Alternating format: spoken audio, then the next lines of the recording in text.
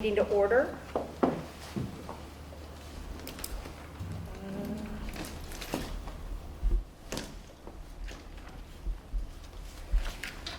So notice of this meeting was given in accordance with provisions of bylaw 0164B of the Riverside Local Board of Education, which was adopted in accordance with section 1.450 of the ORC and the Ohio Administrative Procedures Act. Can you call the roll, please? Yes, ma'am. Mrs. Kronensky. Here. Mrs. Grassi. Here. Mr. Audino. Here. Ms. Brewster. Here. Mr. Byers. Here. Thank you. And can we stand for the Pledge of Allegiance? I pledge Allegiance to the flag of the United States of America and to the republic for which it stands, one nation, under God, indivisible, with liberty and justice for all.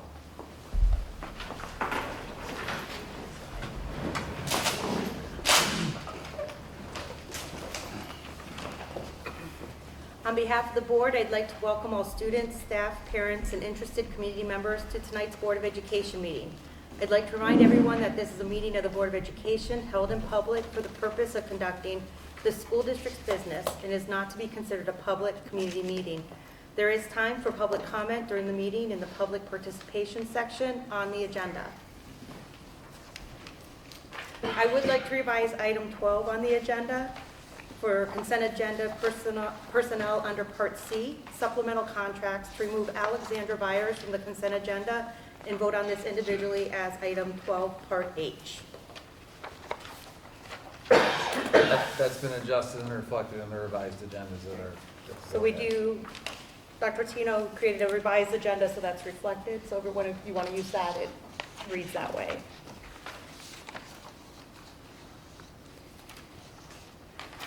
Great. Make a motion to approve the agenda as amended. Can I get a second? I'll second. Thank you. Any discussion?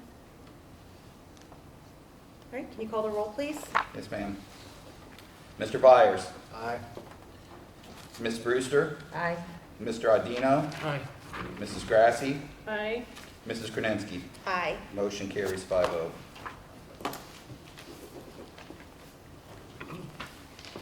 I make a motion to approve July 23rd, 2026 board minutes. Can I get a second, please? Second. Thank you. Mr. Ardino? Any discussion? Hearing none, can you call the roll, please? Yes, ma'am. Mrs. Grassi. Aye. Mrs. Kronensky. Aye. Mr. Audino. Aye. Ms. Brewster. Aye. Mr. Byers. Aye. Motion carries 5-0. Right, that brings us to special reports. Okay, thank you. I have, we're going to start with a little Buckeye update. In fact, that's my special report today. I'm going to start with Mr. Roger Ratchey from RFC Contracting to provide the board an update as to where we are in this project, some timelines, and I think some loose ends with the other two, correct? Sure. Okay. Yes. Good evening. So with Buckeye, we started construction. We are working inside on the kitchen area and the gym area. Those areas will be completed and ready by opening a school.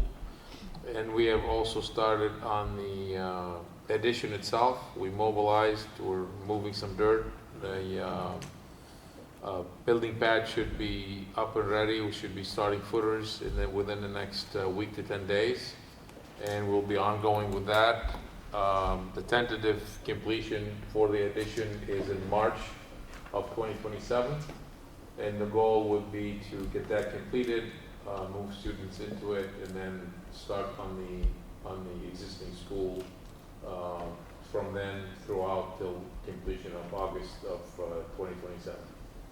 That is the big picture overall schedule for the project. We are, so far the numbers are still within the GMP. We've finalizing most of the contracts with the subcontractor should be finalized within the next couple of weeks. We'll have a much better idea of the final numbers. That's as far as Buckeye is concerned. Any questions on that before I jump into the other two? Sure. Anyone? Go ahead. Oh, Zach, can you advance the? Yeah, I will, Picture. so just to give a little bit, before we Sorry. get to the next, in terms of Buckeye, to provide, here is the kind of the larger, the kind of exterior elevation, if you will. The yellow, or the gray is the original building, the yellow is the proposed addition, or the addition that is being built. It is 12 classrooms, 2 stories, with the gym on the end. The orange represents the parking lot that is there. The green spot is the reflecting, or not the retention, the retention pond. Better have blue dirt. Which Might to be note, actually the right color. yeah, per the request of the neighbors, we did move it off the property line a little bit and made it deeper, so that it kind of is shifted away from them, a little bit smaller from them. Just the blue fields show that there is area for 3 soccer fields if needed. The red spots are proposed playground areas that will be finalized. Once we look at cost of playground, we do have a cost allowance for playground equipment. And the purple is the basketball court where TDA proposed it. In showing this with the neighbors, we know that that's a problem from them. And also kind of we have our kids playing on it during recess. We want to move it over a little bit. So probably most likely that basketball court will move to one of those proposed soccer fields kind of in that space. So it's away from the house is there and also available, so it's easier to monitor students. Where's the ball field? Like Uh, they play kickball? So the kickball field, the soccer fields and the kickball fields kind of double as to where they are. Okay, because I think where the first blue one is where the original. That's where it is now. That fence has been removed. Yes, but that area is there for kickball, soccer, whatever they use for. We do not use Buckeye for any recreational sports teams or any of that, so it's more of just a play field. The city doesn't use it. The city does not use it, and the residents prefer it. So prefer it. currently, the students can play behind the library. So, yeah, they have some area to play in. We've also talked with Mrs. Smolin about some things that they're gonna do. She found, they're gonna introduce badminton. So they found some badminton rackets, some tennis rackets, nature walks, just general kind of moving around. And so she's got some great ideas as they're building the initial pad and construction. Once it's under roof, which we think to be towards the end of this calendar year, Correct. we will then move the fence in so they have more spots available and they can go out and play. Of the 3 basketball courts, Soccer courts. excuse me, Soccer. soccer, how much of that will remain undisturbed grass between now and the completion?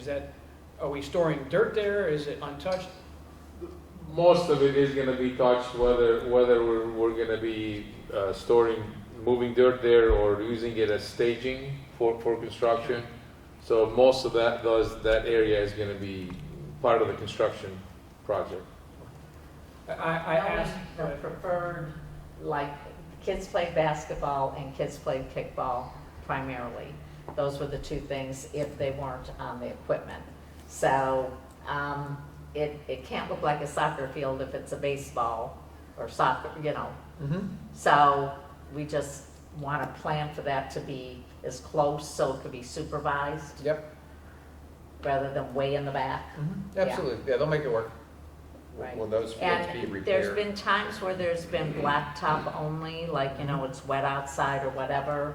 Is there any way, because I know that's a construction entrance where they have the blacktop there, but is there any way for recess time that occasionally they can be out there? That's something we can absolutely look into. We think there can be some with the way that they cone off some of those areas too. I know they cone off some areas during the day, so that's something we'll have conversations with her if we need to, as to what we can use to kind of limit traffic that's there. There are cars that park there, so it is. There are going to be some challenges during a year of construction, as there are anywhere. But it's something we can look into. I'm sure Mrs. Smolin, like you She said, she's is. generating ideas, she'll keep the kids She's busy, come up with a she'll lot get of them ideas outside. and really using a lot of creativity to try to make some spaces that are there, and make it so that it is, it'll be great when it's open, because then the gym will be there. So there's no change on the front parking arrangement? It was not cost effective to do anything with the front parking. All right, and then the interior, are there any changes or Wow, problems that's a great with the question. interior? Here's our I want next to hold slide. 1 second, because Mr. Ordino, I think, has some No. questions, and Okay. he was Yeah, and I know we've talked about this, but maybe for the people who would watch this video down the road, maybe you could share that there is a plan, or at least starting to come up with a plan for things like field day and bigger outdoor activities that this year, these kids won't have to forfeit things like that. Right, absolutely. A lot of that is, let's see where the construction is and see how many spaces we have. If we need to move field day to the actual field up here, that's not a far way to do it. If we wanted to talk with both principals and combine them, we can look into that too. Well, We have principals being Melridge. Melridge and Buckeye kind of have a meet and greet of some sort. That might be a fun thing to do. We would work with the PTAs collaboratively as well, who typically sponsor volunteer field days, to make sure that that happens. As we think of what these events are, I think those are definite things that we do, as well as as we close Melridge, some of those events at Melridge for, this is the walk through the open house, the goodbye, all of those sorts of things. So as those things come up, we will definitely have, detailed conversations, broadcast those, and find, great, replacements that are very, very open and very novel. Okay, thank you. For them. It may not look exactly the same as it always has, but it will be the same experience. And what is the extension off the second part? The best way to do is point to it back. Because I thought, if it's what I think it is, I thought it was over there. What is that? That area? That Originally, it was a pop-out. originally like was a a bump chiller out. fence. I think it's being removed, correct? Yeah, that we really don't have, it's gonna be, the gym is just the yellow block. Yeah, it's That's that, missing. that was from the original drawings, and TDA's put it through, and I think they forgot to remove it, so. I will confirm with TDA as to what Yeah. that, if that's there or not. I Yeah, think because originally I think they talked about using that wall where kids could play off that wall, yes. and I didn't know what it was. Okay. From the interior standpoint, really excited about kind of some of the things that came from the interior when talking with Mrs. Smolin and making some of these changes. One of, again, it's a 12 classroom addition, 2 stories, 6 classrooms down, 6 classrooms up. These classrooms are pretty standard. Two of the 3 are combined with the double doors, similar to the layout that's at Riverview, to allow for team teaching to occur as well. One of the big needs at Buckeye was additional restrooms for student and adults. We think we've really addressed that. You'll notice the kindergarten rooms are being revised. One of the things we noticed about the kindergarten rooms, there was an office here. So we took these standing kindergarten rooms, which are close to the office, so it makes sense in terms of a logistical space. Took the rooms that were there, made bathrooms off of there in the back. Then it's an office, and the staff restroom is in front. So we're adding staff restrooms on the first floor. We've got in the gym space, we've got a number of student restrooms here, adult or single-use restroom there, meeting space as well. Gym storage is off there. Oh, this is the stage, Mr. Brewster. Oh, what that's that the is. stage. Yeah, Okay. that's the stage. Now I Thank see you. where that comes off. Okay. Story there, and then a vestibule entrance into there for public for after hours. It is double doors that can close this section off from the rest of the building, so we can kind of have some security there as well. And then on the first floor, we see the maintenance and then the mechanical room, which is, that's going to house all the HVAC equipment and everything else that we need for that. So second floor, you come upstairs, it is 6 classrooms. Again, another group restroom, another staff restroom upstairs. I think right now they have 1. We've added a number. We've definitely taken that and said this was a concern. Small group workspace up there as well to kind of alleviate that. Added some offices to Buckeye. So really thinking that it's been a great, in terms of the small space we took and really made it very thorough kind of going forward. So I think it's something that we're looking forward to, the end and the outcome that is in there. I know that we're looking forward to sharing with our Buckeye and Melridge families to kind of say, hey, welcome to a new updated space. The new classrooms are working on what all of the updates can come into there and what that plan looks like. A lot of that deals with some costs when we're looking at flooring. Our initial plan was to just overlay over the floor. Now we're looking at the cost of abating versus putting out tile and carpet. So we will get back to the board when we have those updates to kind of give them what that new classroom space is going to look like. I'm going to rendering of that, of a renovated classroom space. You think it's unlikely that the existing tile will remain exposed? Yes, that existing, so the travertine in the walkways will stay. We will shine those up. Which is this kind of floor? Which is this kind of floor. Yeah, they don't make this kind of floor anymore, and it is as durable as they come. So this is, we can see, and they're gorgeous when they're shined up. We will take a look at the classroom floors. We are going to work with either removing the tile or encapsulating the tile, covering it. The tile is asbestos, Yeah. so we're looking at either encapsulating it and or removing it and replacing it with new floor. We're looking at both options, and then the administration will make the decision. Off the top of your head, how many classrooms are in the existing sites? Is it 16? I guess. Is it 16 or 14? Okay, I think round it's about. 14. Somewhere around there. It's 14. Yeah, we are doubling the size of this. For the new bathrooms that you're adding in the old wing, right, those are additional bathrooms, right? Correct. Out of curiosity, how are we getting the drainage to those rooms without tearing up the hallway floors or the classroom floors? We have existing sinks in the rooms already, so they're. There is existing plumbing Okay. along those walls that we're reusing the existing plumbing for that. We were very purposeful in Where they went? where we picked them up. Yeah. This one here is the old, this was the old staff lounge, which is actually, we are converting a classroom into a staff lounge because of the larger staff as well, so they need more space. So it's staff workroom, but this one here was that, so that's becoming more. So that has a sink in it already. Plumbing. So the existing lunchroom gym Mhm. is going to be done as well as the kitchen? Yeah, There's the floor. and then we kept the stage, is that right? The stage we kept, yes, we tiled over the stage. Okay, Yep, the stage is kept. We are keeping this up, we are running gym in this year, so we're only doing the floor. We will paint it this summer. New coat of paint, all of that, so that it looks new. We are getting pricing on, notice the curtains are down. We're getting pricing on windows into there to get natural light into the Okay. space as well. okay. This ultimately, up here, the existing stage will become a multi-use space with all different types of areas. So the outside of Buckeye, would that change with any lighting, or is it It could. skylighting? We're looking, no, it's actual windows into it. Okay. Into it. So Okay. we are trying for that, we know that that's a priority, we think it will look really great, but we're just waiting on the pricing for it and what it looks like and some ideas. I assume the backboards come down too? Yes. This all gets, I think it's drop ceiling. It's gonna be drop ceiling with new light fixtures. Yep, new but light obviously fixtures, all, we that'll be didn't, happening. obviously with kids in there now, we're not gonna put it in.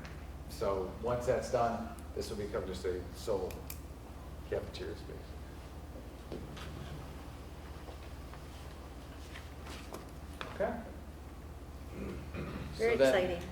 All right, and then updates on CTX and River, do you? Yeah, so we've finished the punch list items. Rich and I, we're gonna catch up on a couple of these items this week, and then we will close out those jobs 100%, and then do the summary in the GMP and cut a deductive change order for the balance of the money that's left on those, both of those projects, and those will come back to the district.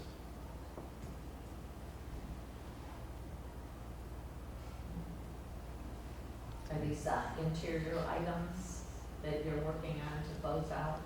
No, there was a couple of interior items, but we had to deal with some sidewalks on the outside as well. There was some few miscellaneous items that we. So nothing that interferes with? No, they're completed. Okay. So now this is what we'll be able to close out the job now. Out of curiosity, with the sidewalk, I understand it was pitting. Correct. Was it from the salt or the pH in the rain, and what are we gonna, how is it mitigated going forward? Well, it's been replaced.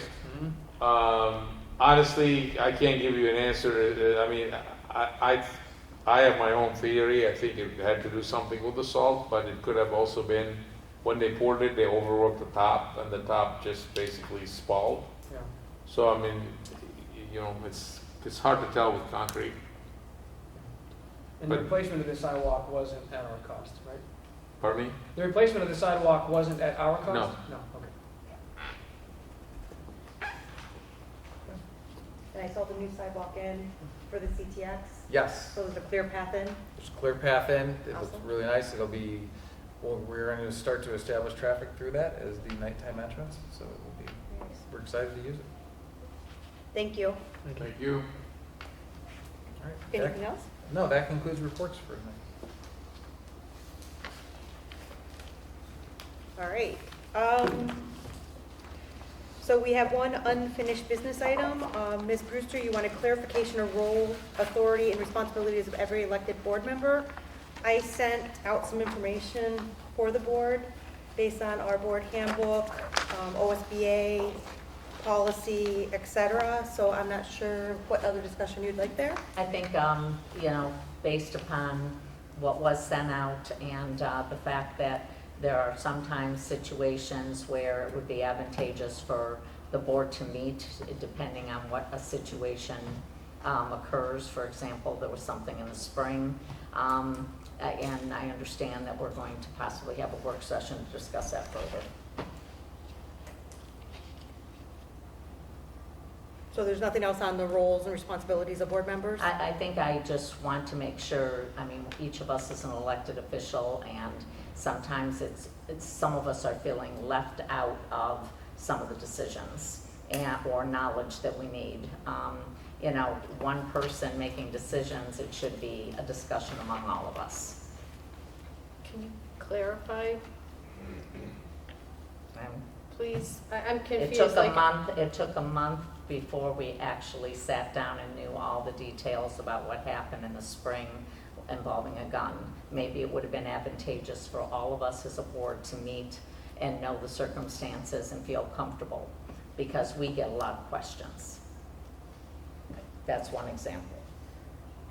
So in planning that meeting, we had scheduling issues. So I think Ms. Ordino was on vacation, Ms.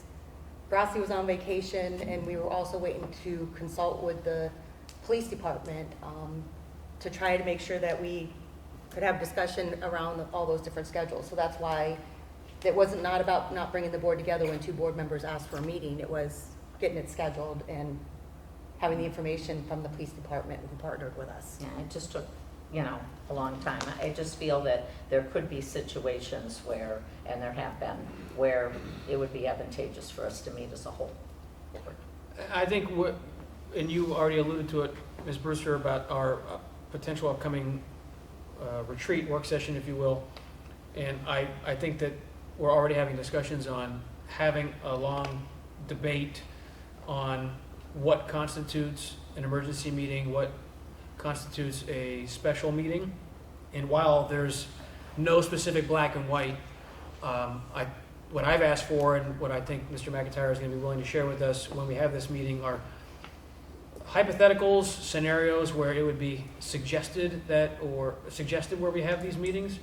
And I think it would put all five of us on the same page. While it takes two of us to request a said meeting, I know that I would like to hear situations in which Mr. McIntyre, in his experience, believes would allow us to have a meeting, well, maybe not allow us, but to encourage us to have a meeting for scenario A, B, or C. And I hope that we come into that with a clear understanding. I know as a new board member, I'm asking for that, not necessarily because I think there's a gap in how we operate as a team.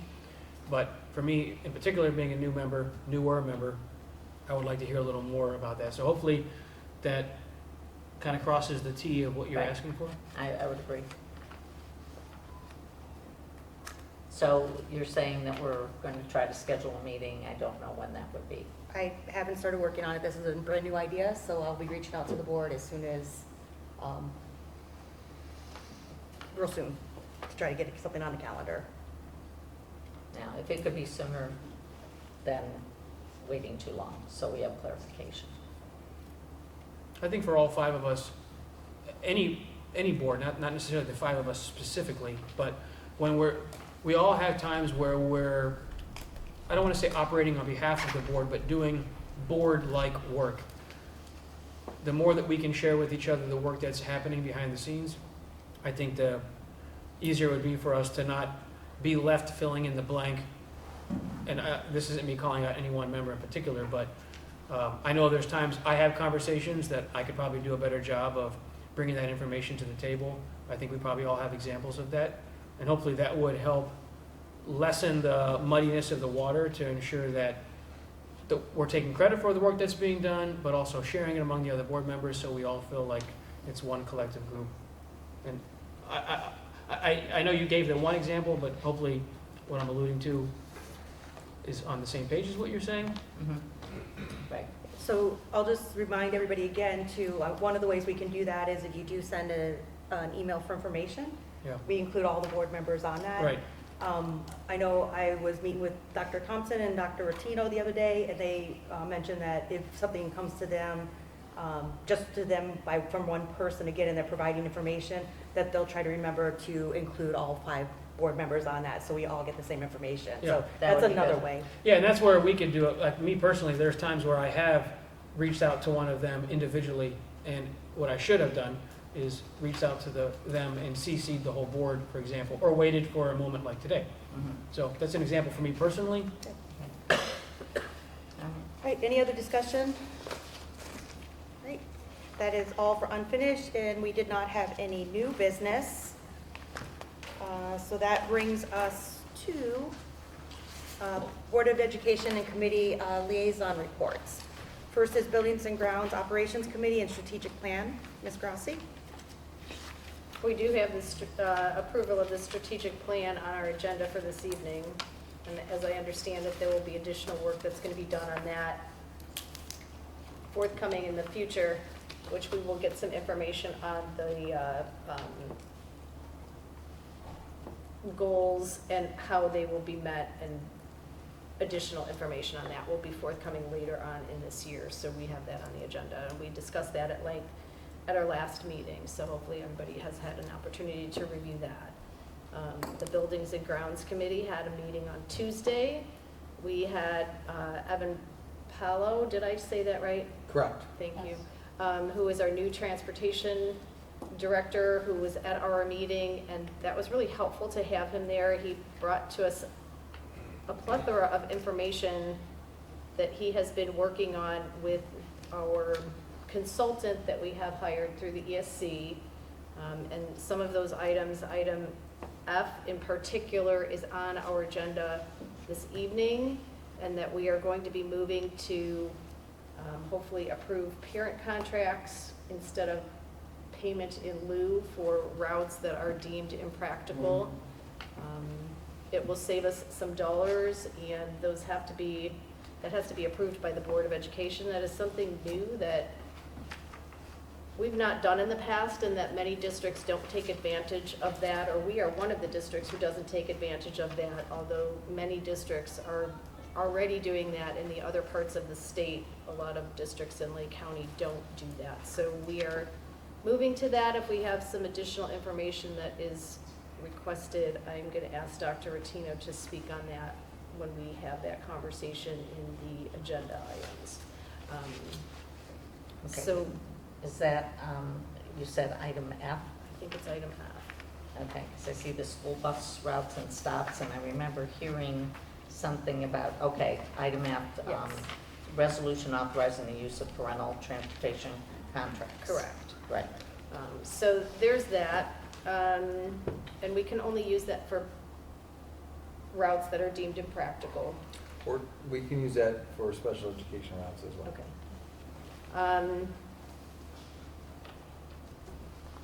I just thought it was a really interesting conversation. If you have an opportunity to go back and watch some video of the Buildings and Grounds Committee meeting, I would highly suggest that you do that if you would like more information. It was a lot of documentation and a lot of information that was shared. We had some good conversations surrounding that.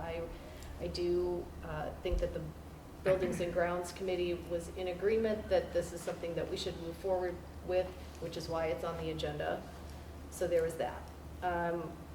One question is related to the buses, is the undercoating under buildings and grounds, and where are we on that? So we did talk about the undercoating. We have 50 buses that will be done here this year.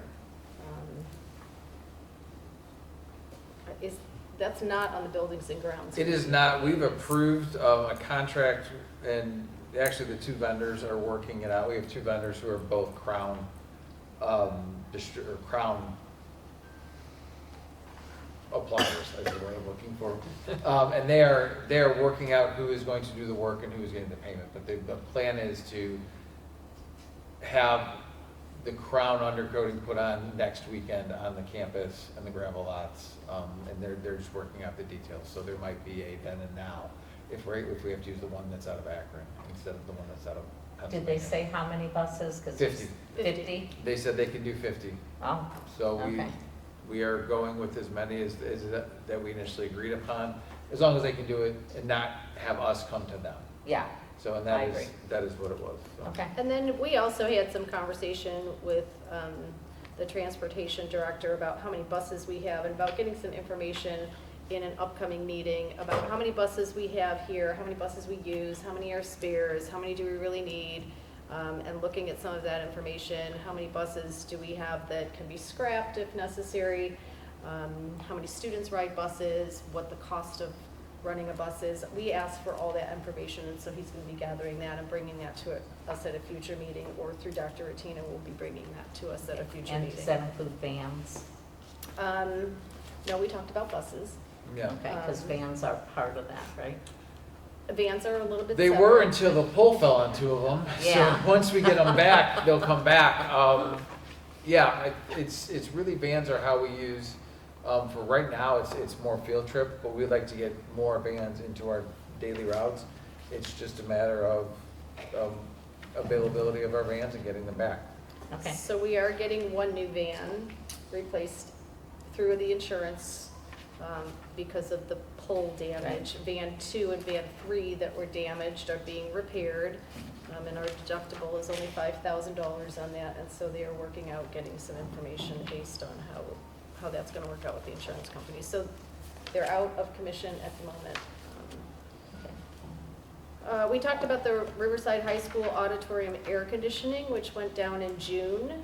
They tried to repair that. It still doesn't work. Just letting people know that that is out of commission at the moment, and it may not be working for the start of school, but we're doing the best that we can to get the parts needed to have that fixed.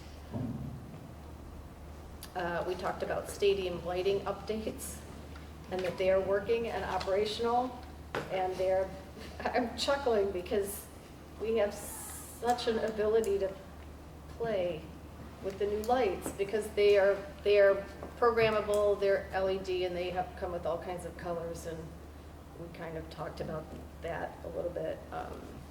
I think it'll be really a great addition to our stadium. Unfortunate how we got them, but now that we have them, we're going to utilize them to their full potential. So look forward to that when you come to some of the events that are happening on campus at the stadium in the fall. I'm looking forward to it. Maintenance vehicles, we talked about that. We have items D and E on our agenda for 2 quotes for vehicles that are going to be replaced, and we are going to be getting vans instead of a box truck. So we're going to be getting rid of the old box truck that we have. So those 2 items are on the agenda, and we have decided to move forward with that. One of them is a truck. They're both trucks. One's an F-350 pickup truck, And the one's other an is a van. And one's a van. And we talked about the need for another truck, but that's not on the agenda and not slated for yet, if I'm not mistaken. We already had the update on Buckeye, but we did talk about that at our Buildings and Grounds meeting. We don't need to talk about it again because I think Roger covered all of that. That's all I have. Did I miss anything, Mr. Ardino? No, that was it. All right, that brings us to Curriculum and Programming Committee and Booster Organization Liaison, Mr. Ardino. Thank you. We had our meeting this past Wednesday, as in yesterday. It was Mr. Leon's first committee meeting as Assistant Superintendent, officially in role. And Mrs. Ritt also presented with him. Both of them did a fantastic job, but Mr. Leon really impressed. Honestly, if I wasn't a part of this process, I would have never known you just started. It seemed like you've been here for quite a while. I know you worked here previously, but I know there's been a gap when you were at Auburn, correct, before this? And Kirkland before that. And Kirtland before that. It's been a So while. really well done. And here's a summary of their content.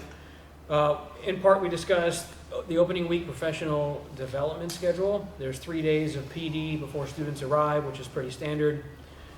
In addition to all their time together, they also had separate programming for certified and classified staff. They had curriculum-specific training. And of course, there was time for teachers and staff to prepare for their classrooms before the first day of school. Then we moved on to the Auburn Career Technical Satellite Agreement. where they introduced a partnership with Auburn Career involving the construction program that will add additional revenue that will help offset instructional and material costs associated with our construction programs. Of course, the students who are part of that, even with the partnership, they'll still remain Riverside students. The construction students will be coded through the Auburn for funding purposes, but again, will remain students of the school. This will help provide access to additional funding, specifically for CTE. No instructional changes are required, and this is a pilot program that could hopefully expand to additional career-focused offerings. Then we moved on to the student handbook and student expectations, which is a yearly process, but we discussed the handbooks being reintroduced to the team in tonight's agenda. I believe they're there. That includes some minor updates. Areas of emphasis this year to the students and in the handbooks were, of course, our cell phone and electronic expectations, dress code expectations, attendance expectations. And then we had a lengthy discussion on having that recurring discussion throughout the year to make sure that those policies don't dwindle between now and the end of the year. And Mr. Leone assured us that, and so did Dr. Ricino, that there's a plan to ensure that we reinforce those policies throughout the year. There was some suggestion to create annual training modules, videos, or quizzes, something similar to that for compliance training for both students and staff. More to come on that, hopefully. But we all did agree that students, while they generally know the rules, the biggest challenge is the consistent enforcement. Well, then we moved on to gifted services expansion, specific to gifted professional development. Existing participants will continue in our cohort number 1, but we have 13 additional teachers that were selected in a variety of manners to be a part of our cohort 2, specific to their professional development, of course. And the training is focused primarily on elementary level needs to fill in gaps where needed. And teachers will receive 15 training hours throughout the school year. Did I have that right? We had a significant discussion centered on current and future collaboration with high-performing districts and private schools and understanding their best practices in gifted education. Then we moved on to new online curriculum. The district is replacing its previous online credit recovery system with a new Ohio-developed platform. Some of the benefits include automated grading options, expanded course offerings, things of that nature. This new platform can be used for credit recovery, alternative coursework, and students unable to attend school due to medical or mental health situations. We finished up the meeting talking about preschool transition to Riverview and our multi-tier system of support. So specific to preschool and Riverview, Mrs. Ritt announced that the Riverview move is complete successfully. Classrooms and playgrounds are ready. Outdoor storage and equipment have been relocated. Student enrollment remains strong, and all necessary preschool modifications have been completed at Riverview, such as lowering the toilets, things of that nature to accommodate our youngsters. And lastly, the MTSS, we discussed the expansion of that, expanding intervention services beyond last year's pilot, which includes ELA and math support systems in both 8th and 9th grade, using student data to evaluate intervention effectiveness, and continuing the growth of MTSS at the secondary level. That is my recap for curriculum and programming. Thank you. Thank you. Boosters are not meeting yet? No, not yet. I see them busy, though, on They're- social media, they're so. busy. All right, that brings us to Policy Committee and Legislative Liaison. Ms. Brewster? Okay, there was no policy committee meeting, mainly because the legislators are not in session at the state level, and soon we will be getting some guidance from the state, and the policy committee will meet at that point and work through those changes, and the board will be involved in that. So that's all I have. All right. And last is Superintendent's Business Advisory Liaison. We have not had a meeting yet. I'm sure those will be scheduled here in the near future. They're coming out soon. All right. That brings us to our superintendent's report. Okay. I'm going to try to keep it brief tonight because I know Dr. Thompson is the star of the meeting and everyone showed up to see his 5-hour forecast. So let's go ahead and get through there. It should only be 4.5, thank you. We are back we had administrators return on the 3rd of August. And so we got a chance to really get together, did some new things. We did hold our 4th annual leadership retreat on August 4th. That was at Lake Erie College in their parlor room. Kind of trying to move those meetings around Lake Erie to spaces that are available at little to no cost to the district. In this one, we focused on strategic plan, really knowing those goals and looking at objectives from there that we're going to focus on. Leadership development, that's been a priority for the past 4 years, is really developing our leaders and developing their craft as they go, and then really hitting those 26 and 27 areas of focus. Mr. Rose was there from Mr. McIntyre's office to present a little bit of a legal update as well to our administrators, especially in terms of that we are on the ballot, what they can and cannot do as an administrator of the district. So it was a great day, real informative, and I was really tired at the end. So I was going. Then 2 days later, we had our first ever instructional leadership retreat. That was held at the barn at the History Center. That's right next door. We met together with our principals, our assistant principals, our coaches, our supervisors, came together and really worked on, we have this pathway to excellence, we have this Riverside Way document, we know what it means in theory, we know what that looks like, but how do we move from aspirations to operations? What does that look like? What are our look for when we get in the classrooms, and how do we share that with staff as to? These are the concrete expectations and examples we're looking for and in moving forward the year. So another great day of learning, and the first of many to come. So I think it was a good day to get everyone together. I know it's in the beginning of the year, but to really get them back into it early enough to start thinking and working with teaching and learning, because that is our primary job.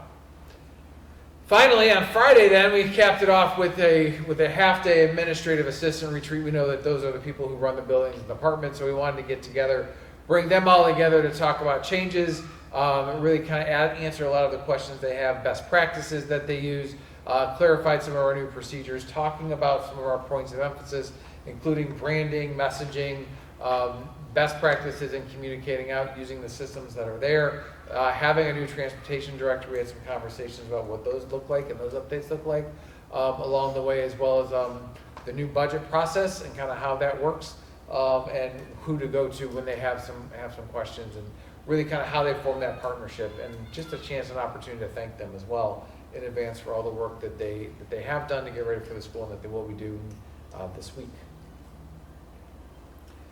New staff orientation was August 11th and 12th. That was where we welcomed our new staff members. We had over 40 new staff members show up on the 11th and took the district bus tour, and were subject to Mr. Carabine's awful jokes throughout as he took them around the tour. Really great time, really kind of got them to bring them into what is special about Riverside. Mrs. Krasinski greeted them as well from the board, welcoming them to the district. And it was that's one of the most exciting days, to see new people really excited about being here and joining part of our community. And finally, we mentioned a number of times, so the stadium lights are up. They work. We are going to learn how to make them turn pretty colors and add to them, and we are all excited about them. A huge thank you to all that made it happen, from the contractors even to our booster groups, both Riverside Band Boosters and Gridiron, who gave significant money contributions to make this become a possibility, so we could have the full upgrades and believing in the project. So the fact that we have it done now is really impressive in the timeline, and the fact that it's going to be really cool is even better. And like Mrs. Grassi said, I'm looking forward to Friday nights and even experiencing when these things happen. So great things. A couple of reminders that are coming up, some great things that are not unique to Riverside, but just things we do. Backpack Fund, we're partnering with the Backpack Fund. This Saturday, they're distributing backpacks and school supplies out of Riverside bus at Painesville Township Park at 10:30, Planet Fitness at noon, and Morley Library at 2. One of the really great things about this is the work we say. Backpack Fund was a charity created by 4 Riverside 2018 grads and is still going on strong. Really kind of a neat thing that we have, that we do give back. We do that, we teach that in schools, and it continues on. So something really, really unique and special. And then some upcoming dates. We're back to school. Next Wednesday night is Meet the Teams at 7 p.m. out in the Stadium House. I think we'll know how to learn the colors, and maybe we'll flash them at that time. School supply drop-off is also the 19th at 5:30 at all the elementary schools. That is for grades 1 and up. First day of school is August 20th for grades 1 through 12. So kindergartners do not start on the 20th. They have kindergarten orientation on the 27th, and kinder camp starts that Monday, but the orientation is the 27th. So they'll be in kinder camp first. We're doing the second year of kinder camp. We're really excited about getting them together. Community tailgate, the great night. That's our first home game versus Aurora. That's the 28th from 4 to 7 with the kickoff at 7:30. And then our homecoming parade is the 24th at 6:30. And that concludes my report. And on the new people that were able to join, I know we added kindergarten at Buckeye, and then there was So we one added, change at yes, Westside. yes, we added a section in kindergarten at Buckeye, and that teacher was there as well as a change in 4th grade. They were hired as tutors. Okay. So we had them, and we just changed their role. Good, So they were transfers. all right. That sounds good. All right, thank you. That brings us to Treasurer's Report and Committee Update. So first is Finance, Audit, and Personnel Committee and Alumni Association Liaison. Mr. Byers? Yeah, we met, there was a brief meeting. There was a little bit of discussion on the Auburn agreement that Joe already covered. There was conversations on some unexpected openings that they're currently working through and seems to be going well. There was a discussion, we talked about the org charge, which I think are also going to be discussed today. And then Steve spoke about the 5-year forecast and the difference between what was filed in February and what we see now in August. And he will cover all of that and probably bring up House Bill 920. So I'll let him get.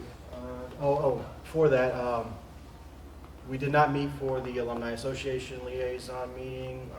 It was slated for Tuesday, but it was moved to today. And that's all I have. Thank you. And then that brings us to, I guess, the star of the show, it sounds like, tonight, for our update from the treasurer.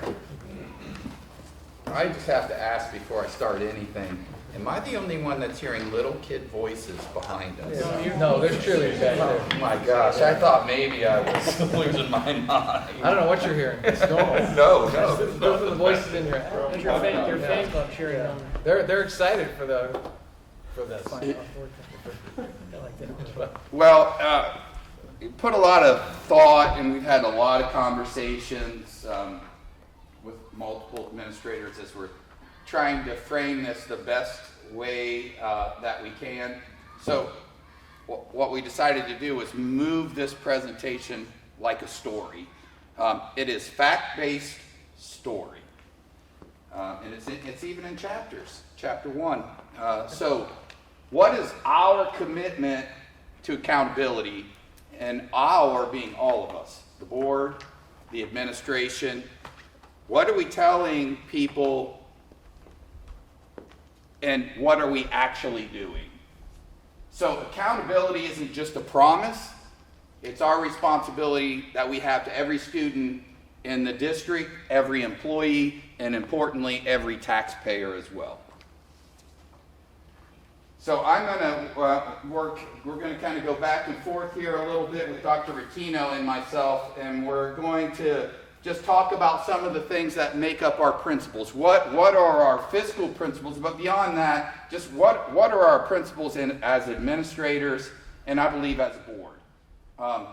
Students first. And you want to talk a little bit about that, Dr. Rottino? Absolutely. I mean, we talk about the student experience at Riverside and how special and how unique it is, but also really, truly, everything we do focuses around students.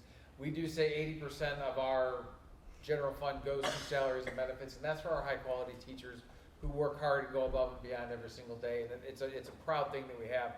We are always putting student learning first and foremost at everything we do, and student needs, and making sure that those are met every day. And those are the decisions we make: is are they good for students? And if they're good for students, we're going to find a way to do it. And I smiled when I read one of my goals, which was to do an ROI, return on investment, of an academic program, work with Dr. Rottino to do that.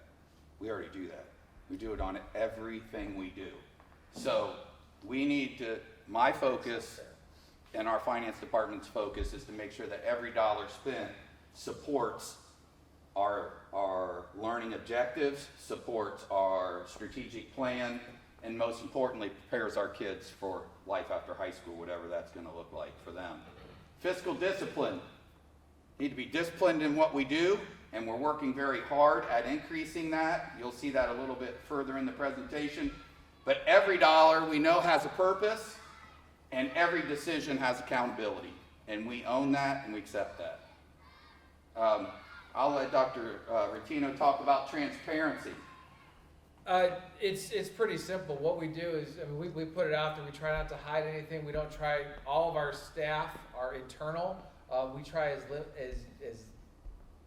little as possible to utilize purchase services for people. We try to make them our own employees. We believe in that. We want everyone to be part of our Riverside community and not part of service. Now we have some here and there who we're trying to convert over, and we will do that. That's a goal of ours, I think. But really kind of putting it out there, this is what it costs. And when it comes down to what it costs in transparency, we are still the second lowest pure pupil in Lake and Geauga County. So to go back to fiscal discipline, we're there and we're continuing to maintain that and try that. And again, it's because of the great people we have, the great systems we have, and kind of the way we blend together. And I think that's culture, and that speaks to culture. And importantly, the board, the administration, the staff, we need public trust. We need the community to hear the numbers that we present and know they're real. And they are. And we need to make sure that we're owning that. And when the numbers aren't good, we present them just like we do when the numbers are favorable. Long-term planning, I think we do that hand in hand, the superintendent's office, the treasurer's office, Mr. Leone, HR, our department in the back, Camille, everyone is working hard to do that long-term planning. And in terms of decisions that Dr. Rotino makes, it's critical that the information that we give him is what he needs in order to build a sustainable future for our students. I would say the other part to that too is it's not just a rubber stamp. There's some information we say, hey, what do you think about this? And there is some pushback to some things. And have you thought about it, different ways to open our eyes? And bringing in different people with different viewpoints has really helped us. A couple of things, we have the Auburn Agreement. Those are ways that we're exploring how can we get more revenue, parent contracts and busing. Every little bit helps, and we've really worked hard to look at what that looks like and can we sustain it. So don't just add something for 1 year, but how do we sustain it and how do we continue to build upon that? And leadership involves the board, obviously, and all of us in this room. And we have to make principled decisions, difficult decisions, depending on what our future holds. It can be even tighter. And make those decisions that we know serve our staff, serve our students most importantly, and our community. And we're where we're at in the future of our finances as a school district, I can't think of a more pivotal time than where we are currently. So chapter 1 of our story, we're focusing on trying to build that public trust, and you only do that through time, through consistency, honesty, and transparency. We have this speaks to, the next several slides speaks to more globally, public education in general. So I see what we're looking at as a perfect storm, a confluence of two powerful financial situations kind of colliding at once. And one is the Fair School Funding Act, there was a lot of people that put an awful lot of time into this Fair School Funding Act, and we were pumped, we were excited, we thought this is finally going to make it so that we can sustain over long periods of time without having to go to the local community for additional funding. Except the rug was pulled out from underneath us. Yes, there is the Fair School Funding Act. Yes, it was passed, but it's been stuck on 2022 inputs. In other words, all the factors in this algorithm that tell you how much money you get, as if we're in a time warp and it's 2022. But it's not 2022. We're in fiscal year 27. If that weren't enough, we have frozen revenue, and everybody loves it when I bring it up. Thank you, Mr. Byers. I appreciate your adding to my, I'm going to get a t-shirt that says, I talk about House Bill 920. But that's what this is. That is revenue is frozen. And I'll show you specifically what I'm talking about, and the percentage of it, the degree to how low it actually is pretty eye-opening. So we know costs are rising. I just saw 3.4% is what current inflation's at. The feds want 2% with the anticipation that interest rates are going to rise again to try and curb inflation.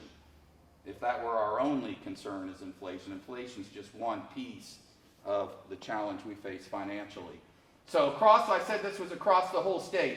So this is a projection of fiscal year 27, what they're projecting in terms of fiscal caution, watch, and emergency coming forward across the state.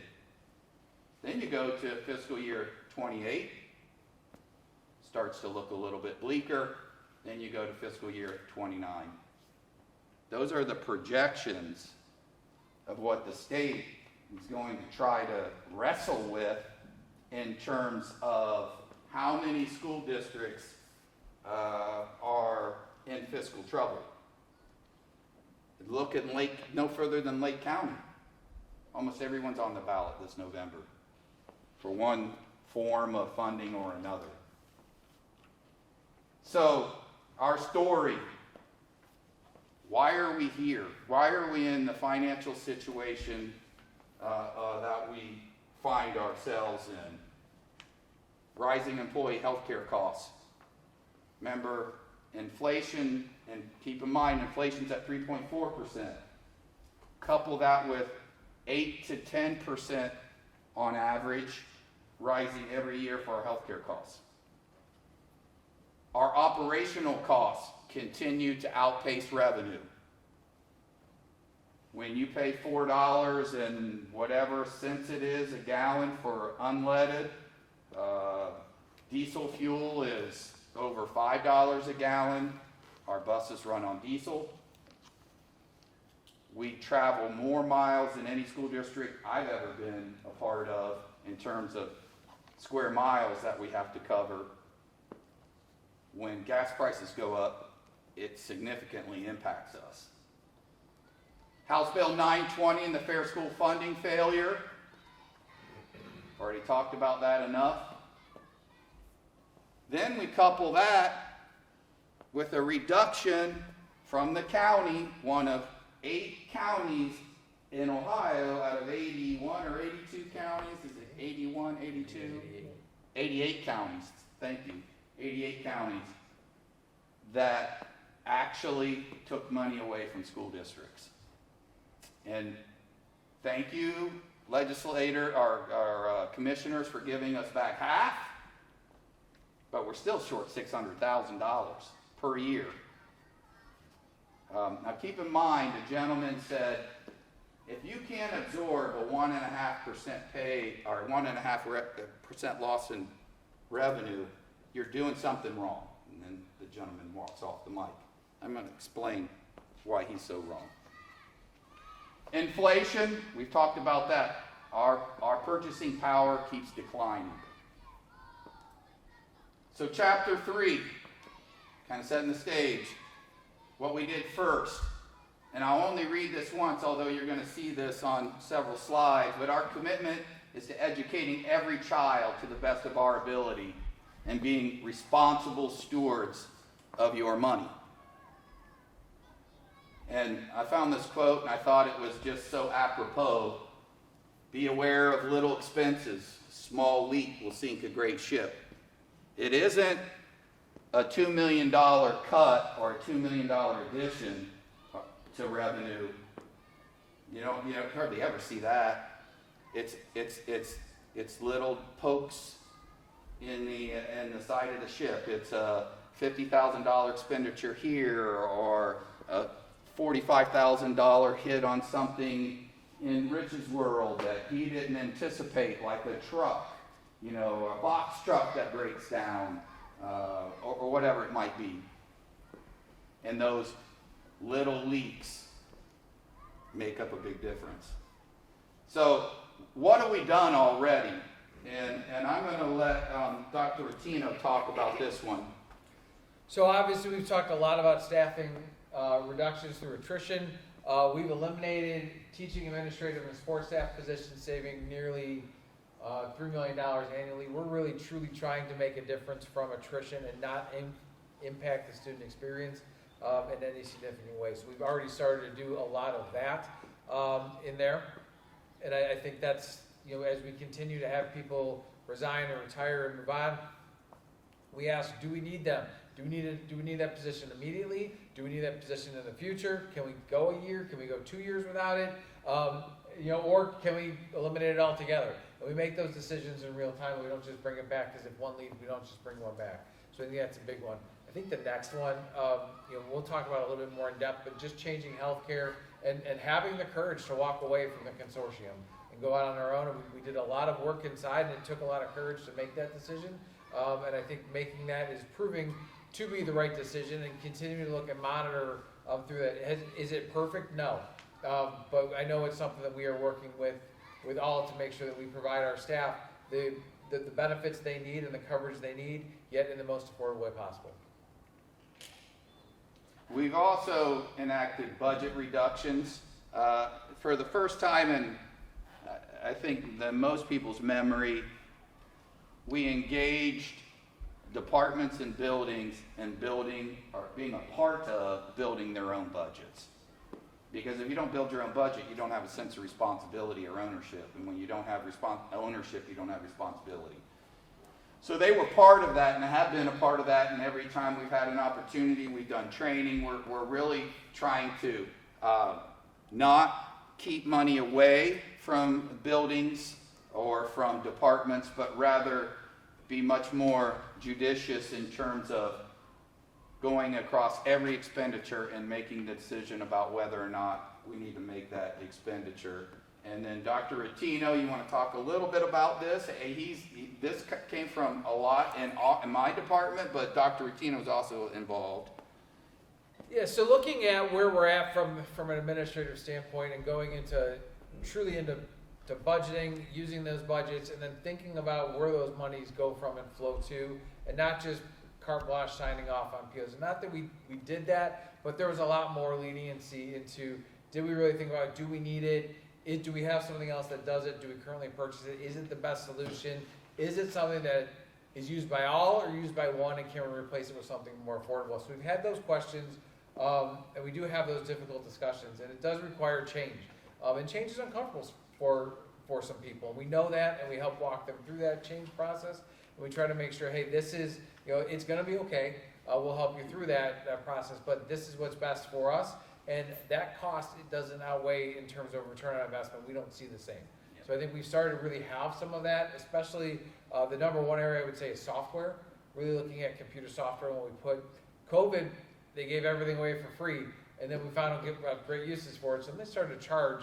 And we kept some of those up because, hey, we used it, but other softwares that we have purchased currently that does so much more can do the same. So we've had some real difficult discussions in making sure that we vet what we use from that standpoint. So it was a huge undertaking, and we're still in the middle of it. I'd be remiss if I didn't thank my department, Mr. Patrizzi, and all the folks that work in my department, because they're the ones that are putting it all together and making sure it happens. I get a purchase order. We have a purchase order system. It comes through, and when I hit submit PO, if it pops orange, we used to push them through. We don't push them through anymore. So that's putting more work on my department and pushing back on the people submitting those POs to make sure they're following their monthly budgets. They get a budget update every month. All of that is happening, and Mr. Patrizzi is the one, well, if I'm being honest, fortunately for me, they call him. But that is an important piece of accountability that we've increased considerably. You know that we're closing a building. And so I'll go through just what we're estimating as far as savings go, and then Dr. Rotino can talk about the advantages other than the financial advantages, obviously. But utilities, we're estimating around $50,000. Building repairs is a guess. I admit, I don't know how much money we would seek into that building every year. It's a guess. By the way, these numbers are not built into the 5-year forecast. They're not built into the 5-year forecast. Building maintenance, somewhere around $20,000. We have gone through this several times, Dr. Tino and I, to make sure that that this is as close to accurate as we think it will be. But through staffing reductions, hopefully most of that will be through attrition, a savings of $375,000. So if you total that up, that's almost $500,000. Extrapolate that year over year, and that's starting to become, it's kind of from the Benjamin Franklin quote, the little leaks, the little leaks. Well, this is the little cuts also build themselves up as well. Dr. Rotino, anything you want to comment on that? I think when you go into the bigger buildings, it allows you to be a little bit more flexible with your staffing and to offer more, because you have more resources in terms of human resources that are there. You can do more with those. So class sizes are one that we always talk about. In a smaller building with a smaller population, you have to add a section a lot earlier from a total number standpoint than you do in our larger buildings. So we are seeing some flexibility with that. It's not just Melridge students are moving to Buckeye. That's not where all the closure comes. It's also the redistricting is a key component to this. And really looking at, are we utilizing our spaces efficiently, not only from a standpoint as to where students are going, but also from a transportation standpoint. And can we cut some routes? Can we shore up some things as well and be more efficient as we're traveling? So that's all that exercise we're doing this year to get out and to make sure that we are absolutely open with everything, that all of our students have an equitable experience across the board in K-4. Healthcare we talked a lot about. These are rates from DCW that we asked them to kind of say where are we and how much are we expecting to save. And there are three kind of scenarios, low, mid, and high, that are there. We think the actual savings will be somewhere in the middle. First of all, we know we saved just from a premium differential. The consortium enacted a 20% increase in rates and premiums. DCW was able to afford us about a 10% increase. So that right there saves us $500,000 for this year. We still spent money. It's not that our healthcare benefits went down. They went up, but they didn't go up as much. And I think that's a key to where that is. I think taking part in the Samaritan Fund, we saw some savings from there.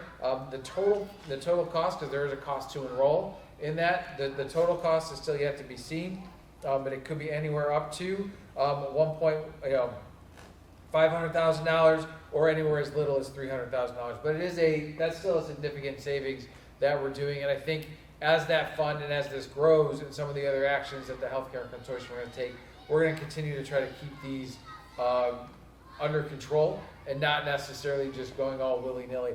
We made some of these changes, then we would get hit last year. We got hit by a 22% increase 2 years ago in premiums. So we took action. We decided to exit the consortium. Prior to exiting the consortium, we got the gift of a 13th premium payment, which we took care of. But that cost wasn't forecasted. It was really significant. And we still continue to go and try to keep our forecast under wraps. And every time we would take a significant action, something else would come up. So we are working hard, and it just feels like we're just keep pushing that rock up the hill along the way. So right now, this is also not built into the 5-year forecast. In January, is that when we think we'll see some numbers from DCW in terms of Potential savings for the year? Yeah, probably December, January. So as soon as I have that, then I'll bake those savings into the updated 5-year forecast. Right now, like you can see on the slide, 700,000 to 1.1 million is what we're projecting, but we won't know that until, not formally. This is an estimate from DCW, not an actual. The other part, there is still the reserves that we have to shore up. We have DCW looking at the final reserve payment and what we owe that went past our reserves from the consortium. So there will be a payment that goes back to them to kind of shore everything up, and we know that that's there. We're just kind of double checking all of it to make sure they're ours and that they're appropriate along the way. So what is baked into the 5-year forecast then? I'll tell you. And again, I think it's important to say, this is, Yeah. we show a savings, right? But Right. technically, it's a savings on a On a gain. increase, on So a gain. So it's less of a Yeah, gain. yes, is what we're right. seeing. Yeah. But right now, we're forecasting normally, I hope to be able to bring that down. Okay, That it would be an adjustment on our expenditure is what it would be. we like that. Do we know, like within the district, and this might be HR, where, you know, how many opt to do their spouse's coverage? And is that something that's significant? I don't know. Well, yeah, I mean, without not doing that's called a spousal carve out. That would have to be negotiated. And I'm guessing, you know, like anything, for a get, you gotta have a give, typically, you know, in our negotiations. So we'll be negotiating in spring of this year. Yeah, next year, so we will start probably in the winter, Yeah. spring. But I think wasn't too- I wasn't saying, like, take away, I'm saying, are there people who opt to go, like now, they just. Yeah, they'll go with their spouse's health insurance. Mr. Patrizzi does, Like- for example. Yeah, I mean, we do offer Okay. a small rebate for them to go onto their spouse's insurance, or if it's you know, someone that's still gonna be on their parents, they'll do the same. So yeah, we do have that. There are quite a few that actually Okay. take that. I would caution too, with spousal carve-out language and all of that, I do think that although it is impactful for some, a lot of, you don't necessarily think, oh, say we have 50 spouses that we're covering, all of a sudden we're gonna kick 50 spouses off. That's not the case at all. And in fact, other districts, when they've gone to that route, have not seen that because of spouses providing reasons why they're not insured, that we still cover them. So I don't think you don't necessarily get as much of the gain as you think you're gonna get. And so working with, again, having the right consultants advise you along the way is really critical to all this. And I think DCW's got some language that we think is even more favorable to try to work into what this looks like. So we've reduced and realigned. So, you know, to answer the question to the community, what have we done? We're heading into a vote for a 1% earned income tax. What have we done? Well, we're covering it. And to just kind of overview it, we've reduced and realigned staff through attrition to the tune of almost $3 million. That is in the 5-year forecast. Healthcare management, I hope to be able to show that those cost reductions as on an update. You do see the central office and department budget reductions. That is reflected. We've tightened our purchasing practices and approval processes. We've made significant reductions in blanket purchase orders, and the reason is when you have a large blanket, too many times expenditures get caught up and used for a line item that they shouldn't, and also it's just easier to spend money when you've got a blanket and you've already got a purchase order and you just buy. Credit cards use are reduced, and we're closely monitoring our credit cards, and Amazon and PNC purchases now require pre-approval and a purchase order. We hand out monthly or send out monthly budget monitoring and reporting by building, and we've increased our training, our communication, fiscal accountability for all buildings, departments, and staffs, and what can be actually quantified is in the 5-year forecast. So moving in more directly, Chapter 4, moving into the actual forecast, and I think this quote is really important to digest. The forecast doesn't predict the future.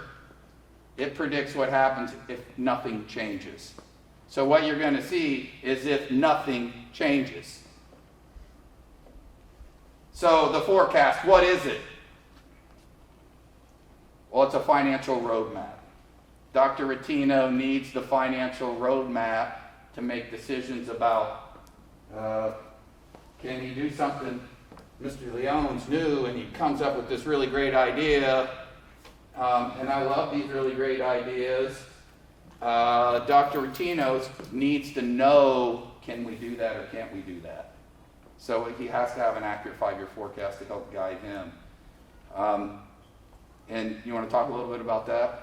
I think, yeah, I mean, it's one where when we knew we were going to deficit spend and kind of continue, every decision we made really does weigh against that. Do we fill this position now, or can we hold it a year? And how does that impact the forecast and not impact student learning? And I think those are the questions that we use and answer all the time. Do we have to update this now? Is it the dire need, or can we put it off? And what happens if we put it off? Are there ways we can kind of mitigate it? Can we use some creative scenarios and people in different ways to really try to, instead of just going with the traditional tried and true, is can we use different things to help with it? Can we use technology? Can we utilize our people in different ways? Can we utilize one person as a part-time person and kind of use them in 2 different ways and roles, or a full-time person with a gap who can pick up a couple hours? Can we schedule in those hours? So I think that is where we're really looking to see what's the most efficient way that's there. So we don't necessarily overspend, and so we totally reduce, but yet keep those services the same, if not better, is ultimately the goal. And obviously, it's important because it shows us that we have a structural imbalance. And that imbalance is between our expenses and our revenue.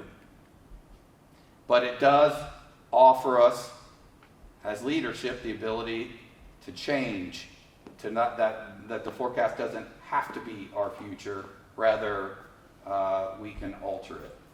So where does the money come from? Where does our money come from? Local taxes is still the lion's share, 38.8 million, and unfortunately that percentage is growing and growing and growing, and that's part of the pushback that you're seeing across communities all across Ohio. So that real estate property tax is about 35.4 million, public utility about 3.4 million, and that numbers, the public utility has come down, and the local property tax percentage continues to rise in terms of percentage of our budget. The state funding, their share keeps declining and declining and declining. It's 13.5 million. You can see the Fair School Funding Act, what we are getting from it, 8.6 million. Restricted funding at $300,000, $368,000, and our state share of local taxes at 4.5 million, and then all other revenue coming in at 3.4 million. So how's that break out percentage-wise? Local taxes are about 70% of our budget, 70% of our revenue, and state funding about 24%, and all other revenue at 6%. And that number just keeps getting percentage, not number, percentage keeps growing. I think, on that side, I think it's important, again, we get about $2,595 per pupil, to about $2,500 per pupil. Mm-hmm. Do you know what the average is across the state? Like, I don't know what the average is across the state. I know what the formula says it costs to educate a student, about $8,600. okay, So we're getting far less than that because the state views Riverside local schools as a wealthy school district. That's the category we fall in. so therefore, that's why our. That's why that share, if we were Akron, for example, that share would be, those numbers would be exactly flipped. It would be exactly flipped. Which is why we are dependent on our local. We have no community. choice. Yeah. It's not our choice, it is the system that we currently operate in. And many districts give, some districts give more. Oh, absolutely.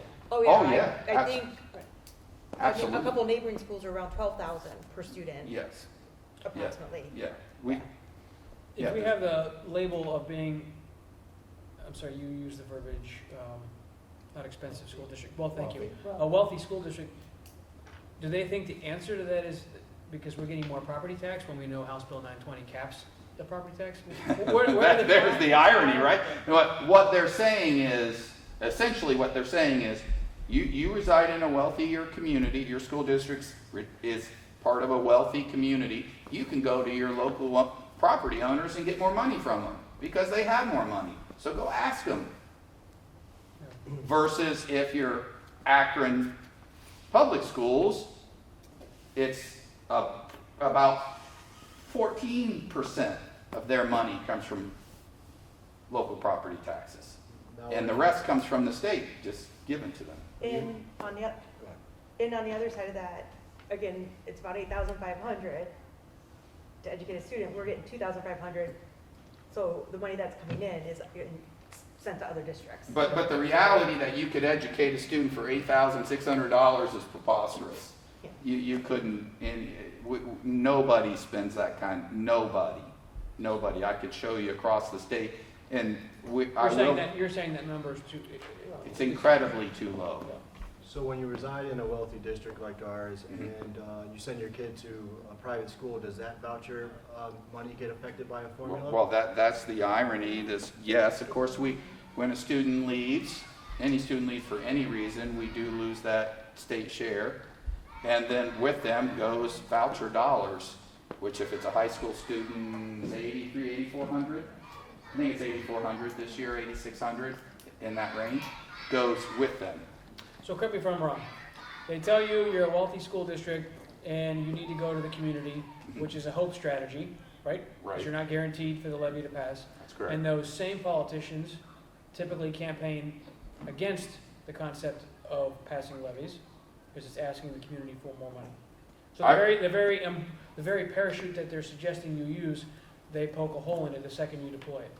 Absolutely, and I would say to stay factual based, because I'm sitting here with our local school attorney, is look no further than the legislation. The legislation tells the story. Clearly, the game is rigged against public schools. I would also say, I think ideally, when you look at when school funding was considered a little bit more fair, it was about a 50-50 share, 50% state, 50% local was a fair aspect. If you look at what the state's funding, and I'm just using our numbers now, it costs us $16,000 to educate a student. That's the second lowest in Lake or Geauga County combined. The only one lower is Madison. When you look at what the state share, we're getting the state share at $8,000, that's about half. So we're sitting right where we need to be, where we can kind of raise some of that. I think that's a point that, okay, we need these things, and both these work together, and that's, really a thing to say is, yes, the state, even if the state funds us fully, we're still not funding, the money we're putting in, for a student. And it's, in Lake County is anywhere from Madison at $13,000 a student, all the way up to Perry, which is $19,000 with their funding student. And both of those school districts are getting significantly more per student from the state than we are. So where does the money go? We're a service industry. Put it in your head right now. I think you all know, but anybody else out there who may be watching or in our audience, it's packed. You can't tell because they're behind you. What do you think the percentage is of where our money goes? So our personnel costs are $47.5 million, and you can see about 2/3 of that is salaries at $31 million and benefits at $16 million. And then purchase services, which is a variety of things, very little control over purchase services and all other services. Those are supplies, capital, debt, advances, transfers, etc. 80%. So if you guess personnel costs at 80% or somewhere near there, you're accurate. Purchase services about 14%.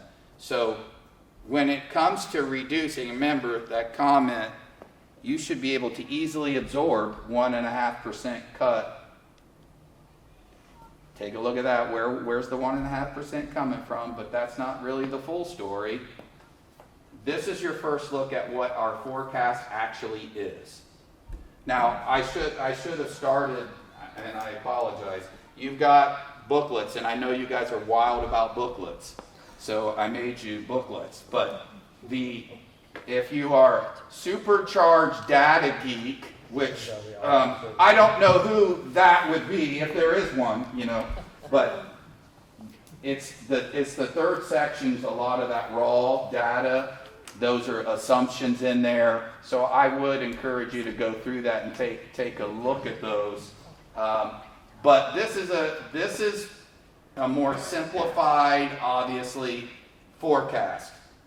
But as you can see, and before we really get into the forecast itself, I wanted you to take a look at fiscal year 27 and focus on fiscal year 27 with me for a minute. So that was that top one was our February forecast. Below is our forecast that I'm going to be asking you to approve.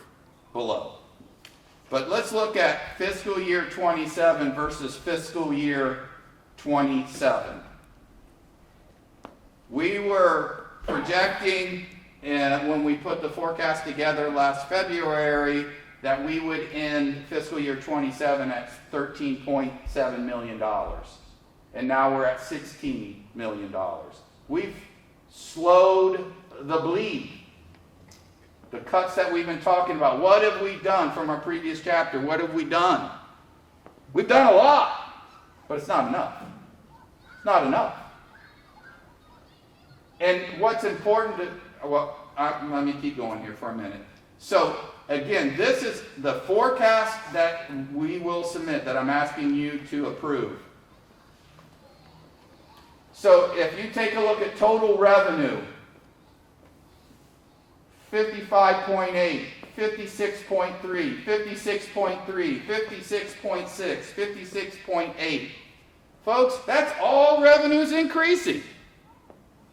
That's our revenue, projected revenue. But look at our expenses. Does that mean we're not managing our money well? So let's go back and remember, 3.4% inflation rate, 8 to 10% on health care, paying for our employees. The vast majority of those costs are very difficult to control. And there's only so much we can cut. Because if you cut too deep, some of you are parents in here. We cut too deep, and you see your child feeling like they're lost in the classroom, or you feel like they're not getting the special education or education in general that they should have, or there seems like it's chaotic because classroom management starts to get pretty troubling when you're looking at 28 kindergartners, if you try to put them at 28 kindergartners in a class. What would you do as a parent?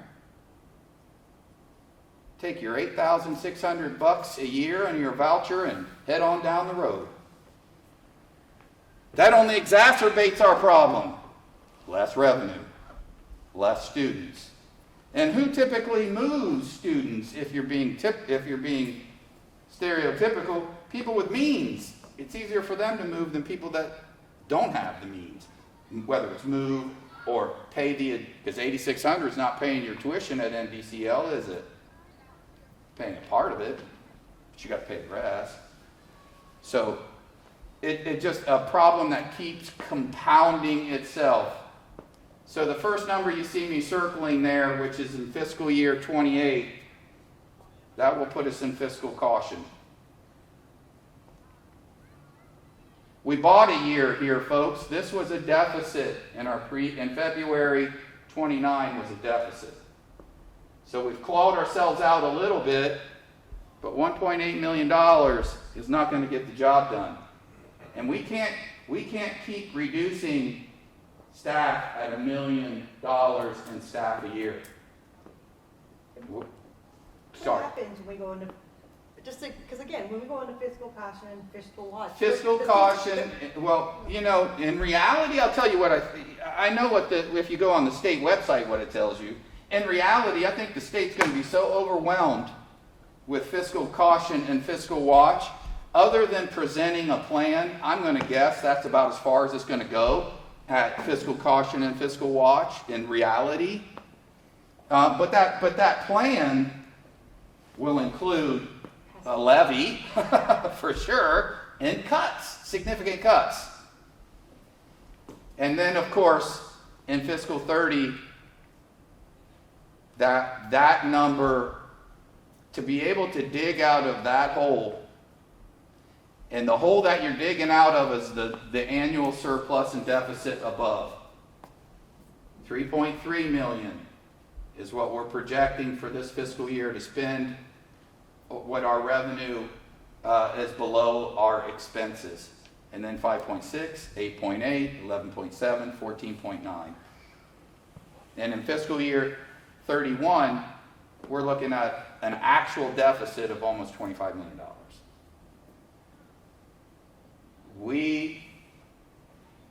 I believe this to be an absolute fact. Even if we went to state minimums, we couldn't cut our way out of that. So chapter 5, the math. What's the math tell us? And I know that people are going to ask the question, why can't you just cut more? Cut more! Cut more! Could we cut more? What's the answer? Could we cut more? Sure, of course we can. We can cut more. But no matter how much we cut, we can't beat this reality, this fact. This is a fact. Our expenses are growing at anywhere between 5 to 8% every year, minimally. That's conservative. 5 to 8% every year. But remember, I just read you our revenue numbers. We're less than 1% revenue growth. How much can you cut to make up that difference? We cannot cut our way out of this hole. We need help. We need help. And you've heard me talk about it in ad nauseum, but why is it frozen? House Bill 920. Couple that with instead of funding the Fair School Funding Act, which they committed to, and raising the state share, we're giving $1.8 billion to vouchers. $1.8 billion. So this is important. So where does our forecast tell us we're going to be on days of operating cash on hand? You can see, how in 23, 24, it's been a steady decline. When we hit 28, we'll be in violation. We're projecting to be in violation of our district policy. Are these days of the quantity of days of 365 or days of the school year? Those are days of the school year. Fiscal emergency, those are our calendar days. I'm sorry. 260. 260, yeah. 360. So, 360. 360. 260. Well, They're school years. Is it work days or It's is it- 360. I thought it was work Well, if days. it's school, if it's, No, it'll be it's 365. Well, that's yeah, right. it's the whole, it's the of us to make our payments across the year. Okay. So 365? Yeah. So we'll have a Okay, week. thank you. Yes, So in 365. 2029, we're Not projecting 360, not 370, not 270, not 920. 366 if it's illegal. I should have put that on the quiz that you're going to take. I shouldn't have told you you're going to take a quiz. I'm going to hold you accountable. Uh-oh. And by fiscal 2030, to put that in perspective, that deficit we're running is about 53 days of operation. So, the plan, chapter 6, if you've got a problem, we clearly stated the problem very factually. You got to have a plan. And I think it's really important.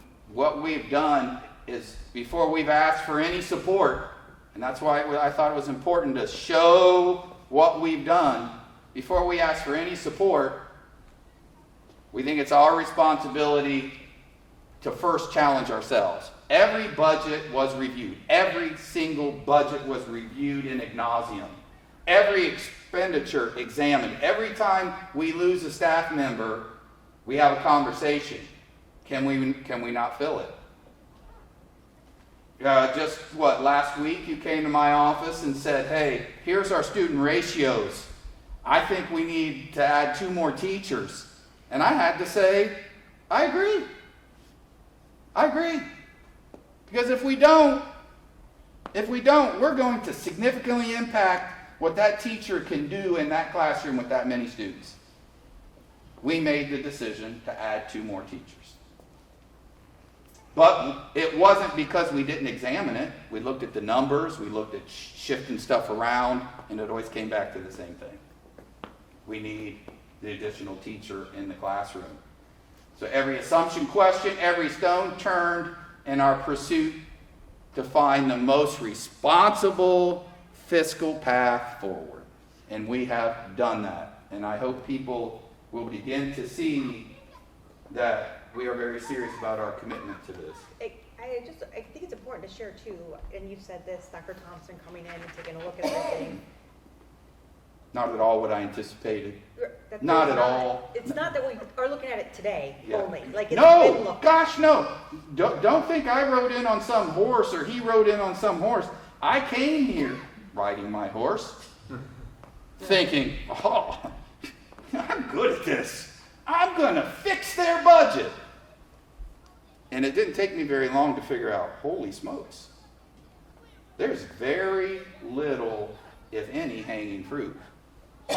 It was not, there's any significant cuts we make that would have an impact on the budget would directly impact the experience of our students. And when you do that, people have alternatives, especially today, and they will exercise them.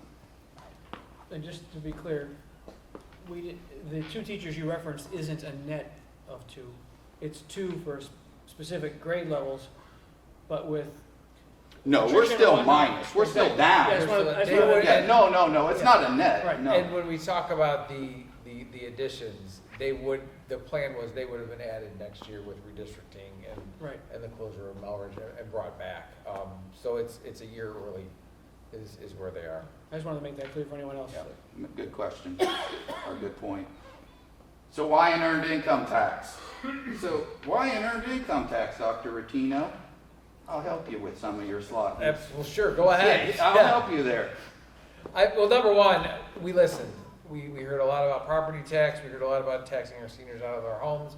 We wanted to go with a different route that doesn't do that. We want to protect our seniors, our retirees, and those who are on a true fixed income. I think that's an important thing as to why Dr. Thompson and I came together to that recommendation that we go with this path. And it really is about what listening to the community. So a lot of the 1% earned income tax that's on there is directly from conversations we've heard from the community and feedback we've heard from the community. I think the second, when you look at, we've learned a lot about House Bill 920 since Dr. Thompson's been here. But I think the income tax is not subject to House Bill 920. Our goal, as with every levy that we pass, is to make it sustainable. We made the last levy last 10 years. This one we would try to do that, if not more. And it does grow, and it grows. So I think that's something that we're looking to use that as a different form of funding, much akin to the substitute levy that was passed a while ago. That was a different way of funding. One of the best moves we made financially for us as a district. We think this may be the next one to that. So really taking a look at what that is. There's a lot of kind of what does this mean, but I think it's something that's there. I think it's, for the first time, our students are going to have the potential to pay for their education. That's exciting. Maybe not for our students, but it is for have some skin in the game a little bit, so they can tell their teachers, "I pay your salary just like everybody else." I think that's a great thing. But really and truly, we think that it is equitable. Strike that from the record. and everyone who earns in Riverside contributes. So it's not just about rental properties, all that. It is if you are earning a wage, you contribute, and chances are you are the ones who are utilizing our services at this time. And lastly, this is an investment. We're asking the community to make an investment in our operations and our facilities. I'm going to talk a little bit about our facilities from a very factual-based perspective, but how the revenue would be used. So we're on the ballot this November for 1% of an earned income tax. So how are those dollars going to be used? We believe that 60% of those funds roughly will be for facility for operations, and 12 facility debt payments would grab the other 40%.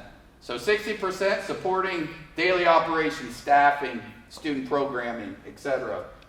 And then 40% for capital improvements, which is to renovate the high school, demolish the current junior high, and construct a new 7-8 facility attached to the renovated high school.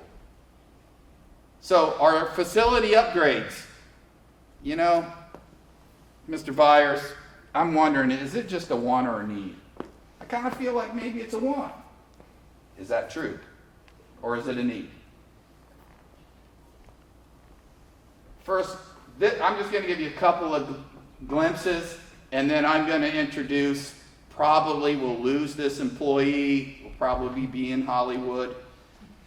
He's a star, but he's next. But I mean, it's unbelievable, so we're going to hope that his head doesn't swell and he doesn't leave. But this is just one example, and there are so many we could show you. Aging infrastructure, you know, that's beyond, that absolutely needs repair. But if it were only in one place, that'd be wonderful, but it's not. It needs to be repaired. Outdated systems, you know, including lighting, finishes, it all impacts safety, efficiency, learning. And that's just one example.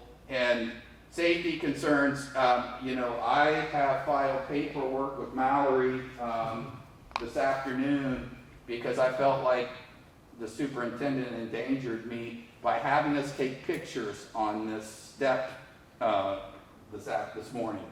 But You wanted to step on the tall steps. yeah, and then he wanted me to stay down on the ground. I'm not having that. I'm 5'11", you know, I need to be up on a step. 5'11". Roll with it. Roll with it. But, you know, these are just 3 examples, and I could show you a million examples. And I think most people in the community know and understand that the facility needs significant repairs. We're going to talk about windows. The windows are poor. They're single pane. They have no thermal ability whatsoever. They rattle. Wind will whistle through them. Rain will come through them. Snow will come through them. In order to improve the complex to a renovation, we'd have to do all new windows. So here we are outside. We are currently outside the high school, highlighting some of the issues that we have with our exterior, our building envelope. So we have mortar issues. We have some areas where you'll see that the bricks have shifted because they've cracked. We have lintels above windows that are rotting. These are things that can be fixed, but once you start getting into the entire campus, the cost and the work expands and expands and expands. There's a never-ending need for more and more and more repairs. And time is not our friend. So I'll ask the question again, is the building a want or a need? That's for you to determine. So, additional funding, is it a want or a need? Again, this is our August forecast, the one that I'm asking you to support. $9.9 million, not $9.9 million deficit, not deficit spending. Look at the line right above it, revenue surplus or deficit. 3.3 million. Go across. That's our deficit spend. Bottom line is the bottom line. That's how much cash we have on hand. You cannot run a deficit in public education, by the way. Can't do that. You'll be taken over by the state before that happens. And then we look at a whopping hole of almost $25 million.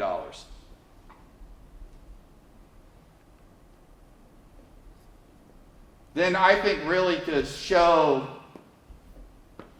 that this is an absolute need, not a want for additional funding, look at our revenue.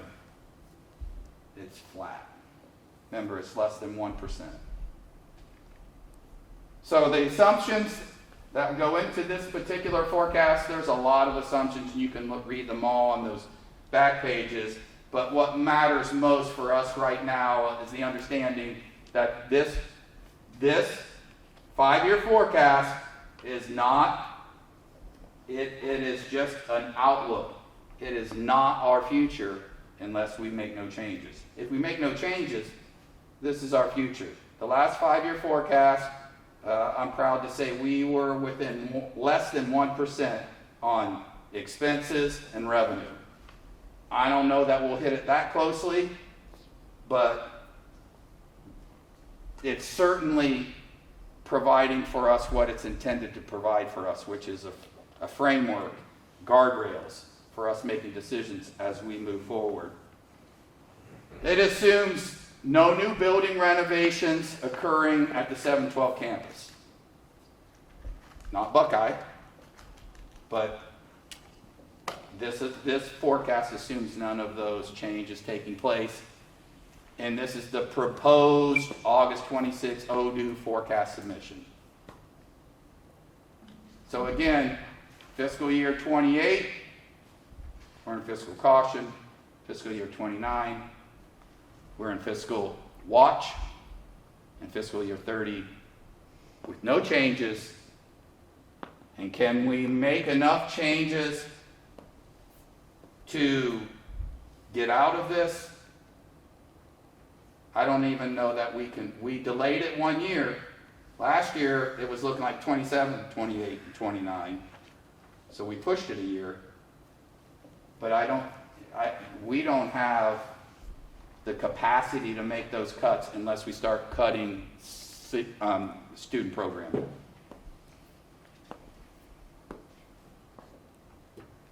But is that our destiny? Is that our financial destiny? Is that our physical plant destiny? Or is there something else? Is there another option? Again, that's our 5-year forecast that I'm asking you to approve.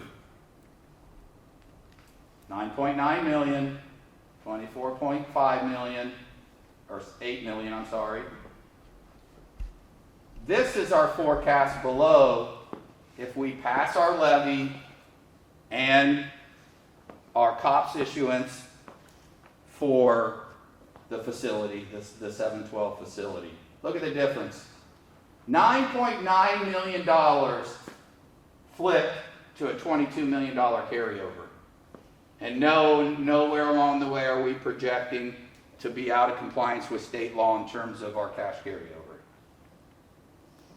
24.8 million flips to 16.8, almost 16.9 million in cash reserves. This completely changes the predictive model that you're looking at.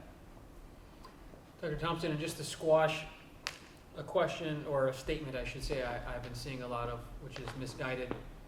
If the 1% were to pass, it wouldn't be just endless cash where we're rolling in the deep, especially considering what you have here, right? We're digging out of such a large hole that that's absolutely not true. If we were to project this out another 3 years or 4 years, we have to be fiscally conservative even with passage of the levy to stretch this out another 8 or 10 years. Now, what's not in here, in fairness and transparency, I don't know how many people are going to move into the community, move out of the community. I don't know those things. So there'll be adjustments as we move forward. But to think that this makes us rolling in excess cash is simply not true.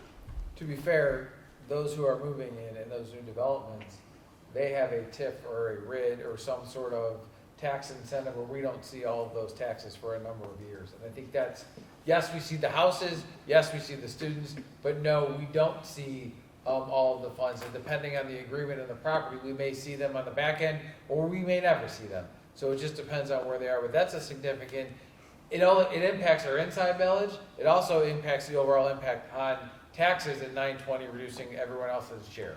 So I think that's something to absolutely say as well.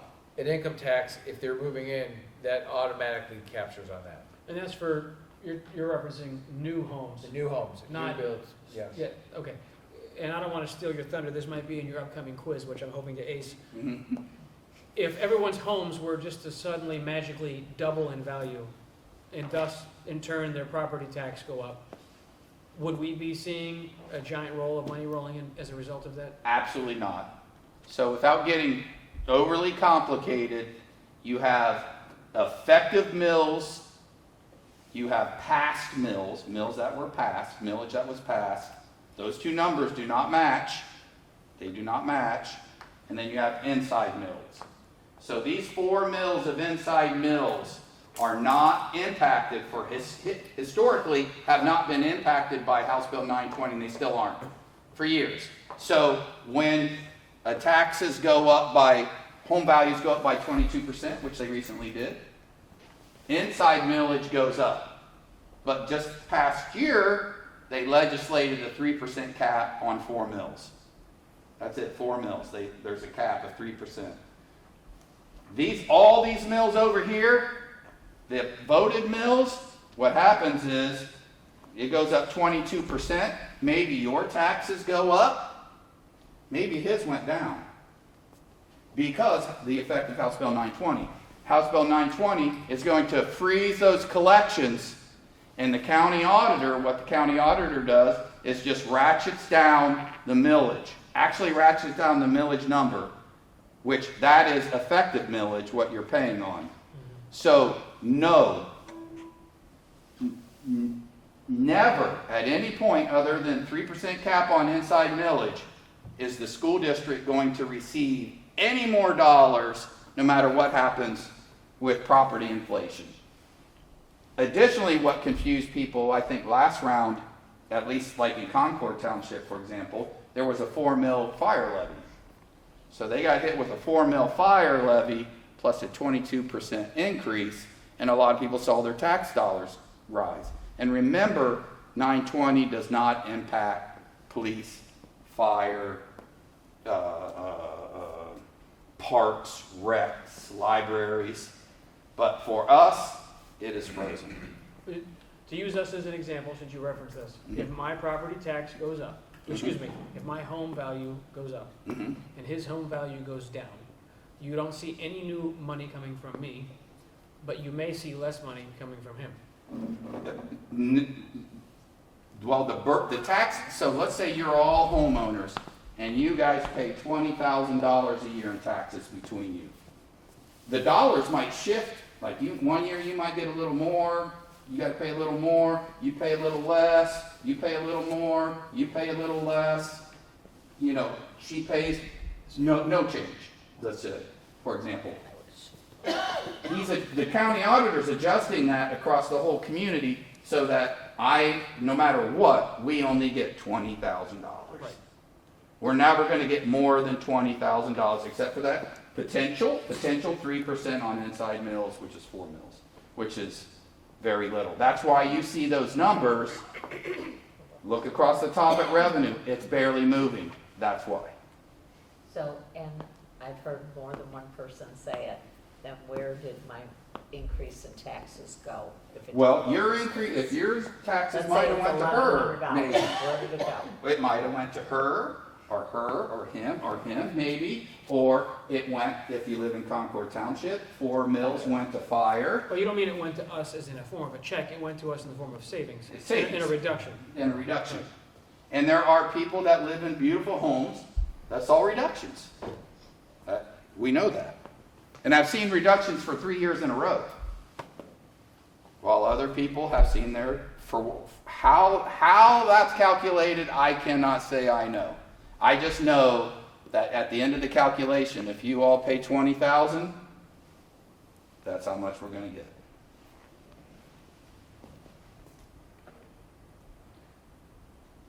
We looked at our building. You saw the great dramatization done by Rich. Very much Oscar-worthy performance. Thank you. Look at the difference. It's just a rendering, I know. I understand that. But look at the difference. I believe it is a fact to say, well, I won't say it because it's probably not a fact. And I'm not allowed to give opinions, right? So I won't. But I do believe that what a difference it could be. But before we make a decision, I'm waiting for my music. You guys know it? Dragnet. Dragnet! Yeah. Yes! And it is time. Close your books. You cannot cheat. No cheaters. No cheaters. And you guys are participants as well.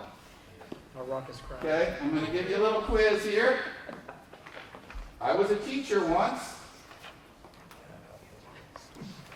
Mr. Patrizzi, if you miss one, you're fired. Okay. Our school attorney, our filmer. Bill.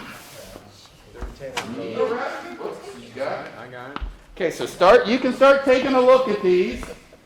I want you to mark your answer. There are only 10 questions. If you don't get 100%, you are off the board. No pressure. You too. I've got one. Okay, you probably got the answers. Okay, ChatGPT.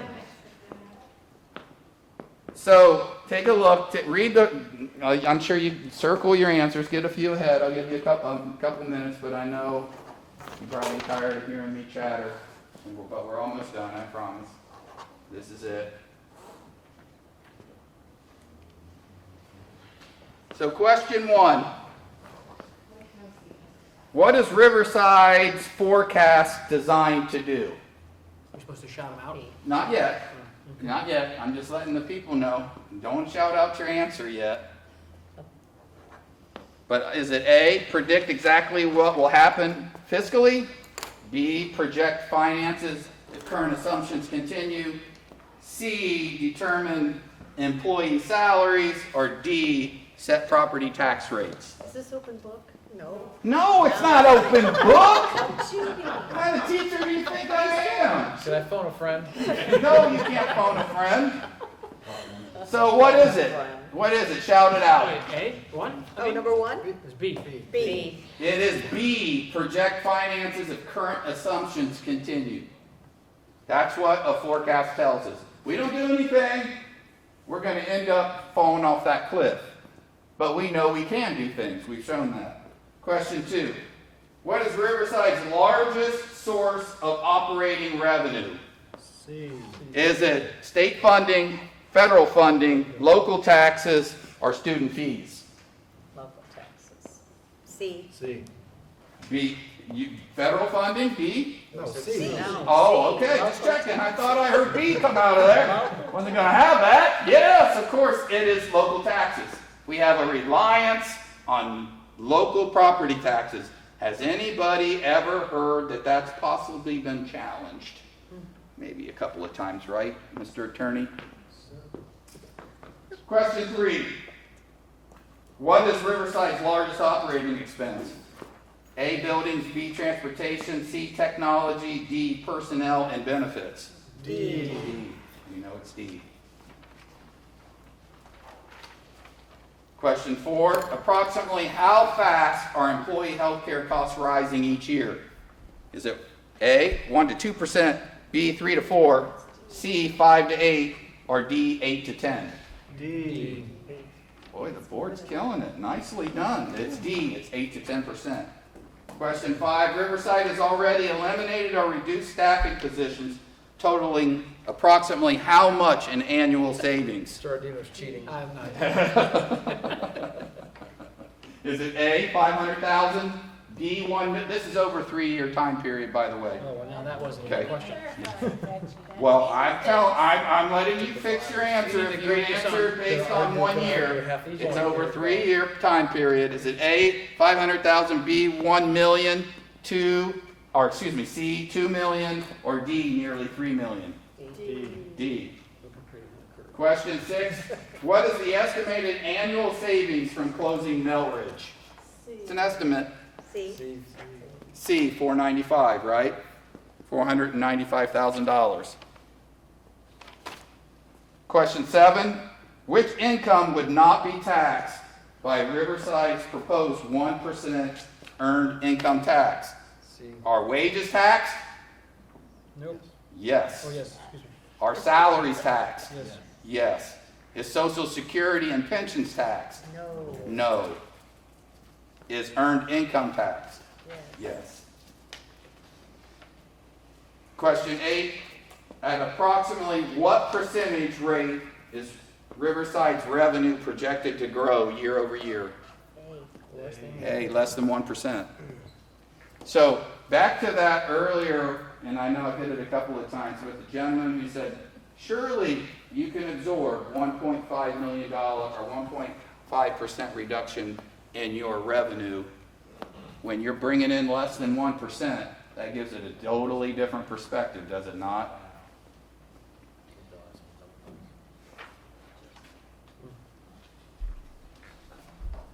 Okay, question 9. What Ohio law limits growth of school district property tax revenue as property values increase? Singing crescendo! House Bill 920. Thank you. I got it wrong, I thought it was A. And you did not. I don't even believe that at all. And for double the points, I know the nerves get rattled up here, don't they? I already lost my job. Question 10. About signing it. If nothing changes, when does Riverside's forecast show its cash balance becoming negative? Cash balance, not deficit spending, cash balance. What year? C, 29. 2030, What do we got? because I'm looking at it. D. In the forecast shows balance declining from 16.1 million in fiscal year 27 to 10.6 million in 28 to 1.8 million in 29, and the first negative balance 9.9 million in fiscal year 30. To be So- fair, you didn't specify, was it the February or the August? Oh, give me a break. That's what I was going to So that concludes. We haven't approved the August. Yes, true. Facts. Well, this is true. This is true. So, you know, at this point, all kidding aside, I believe we have faced the challenges that we have in front of us. We're not ignoring it. We're not running from it. We're not hiding from it. We've faced it. Further, we've taken action to help stave it off as long as possible. And we've presented the facts and a plan. At this point, the future of our schools, and I believe our community, and most importantly our students, rests in the hands of the community. And that concludes my presentation. I would like to thank you for the time and effort you put into Yes. preparing this. Thank you. I think it's valuable. I also just want to make a comment. Okay. That it will be interesting to see what happens after all the school districts in the state of Ohio submit their budgets. And I would like to do a little bit of research to find out when they go into fiscal emergency, because the state will have to loan them money in this form of solvency assistance payments, when that is, and when the state is going to have to budget that line item in their state budget, because they have a budget that comes out in June of '27. And I find that's going to be interesting, because instead of giving schools the money as part of the Fair School Funding Act and doing a better job of predicting what they should be giving schools up front, they're going to have to give the schools the money in solvency assistance payments, not to mention when we look at like boards of developmental disabilities, for example, who are going to have to do state match on Medicaid, and they can't afford it, and they have levies up, they're going to have solvency assistance payments as well, and the state's not planning for it. So I just find that to be an interesting, that will be interesting data, and to see what the state's response to that is, because those maps up at the front that you had with all the red and all the colors and whatnot, I think are interesting. It is. It's going to be I think it's the most turbulent time, well, certainly the most turbulent time in my 30 years in education. is right now. And when you get solvency assistance funding, they take your payments. Right? That's how you pay them back. Yeah, they just take it. They You just never even take the get- money that you would have gotten from them twice a month, and they just take it back. So, I'd also like to add, thank you. That was very thorough and concise and relevant. And while you can't share opinion, I'll share mine, that I don't know how anybody could hear this. Granted, we have one single member in the audience, but hopefully, oh, I'm sorry, we have two. Well, I mean, you work here, so you don't count. That's right. But He's on our levy committee. the thousands watching at home, I don't know how anyone can hear this and not take this as fact. You know, there are a lot of keyboard warriors out there. I think what you saw today was coming from a factual warrior, so I appreciate the work the two of you did to put this together and present it today. And I hope people heed the warnings that are buried in your presentation, so thank you. Well, when do I receive my NIL money? We'll negotiate. We'll get you after we do all the unions, and then we'll talk. doesn't that come from sponsors? He's enjoying SAGs. All right. Be our second card-carrying member. I'm sorry it was so long, but So any other comments? All right. That brings us to public comment. Anyone wishing to address the Board of Education will be recognized by the board president. Speakers are requested to speak from the podium, identify themselves and their topic. Comments are limited to 3 minutes. Any public comment tonight? No. All right. go ahead, Bill. Yeah. Say something. Not prepared in any way, shape, or form. My name's Bill Query. I've been part of the Riverside District 40-plus years. I like being in the Riverside District. I like this area because I just recently moved from one point of it to another. And I am an old person. And rising housing taxes or property taxes hurts some, but I also still work. And it's my choice, and I'm more than happy to pay my 1% to keep my investment in this community. And I think anybody that lives in this community wants to live in this community. They chose to get here because of how nice and what it's like. And they should contribute because they live in this community. So 1% depends on how much you make. It could be a lot of money or a cup of coffee at Starbucks. I think it's worth the investment. We have a whole bunch of kids that are going to save our butts eventually, I hope, and we need them to be as well educated as possible. Education is the most important thing. I believe it's the most important thing we can do as people, is educate our children. So that's what I got.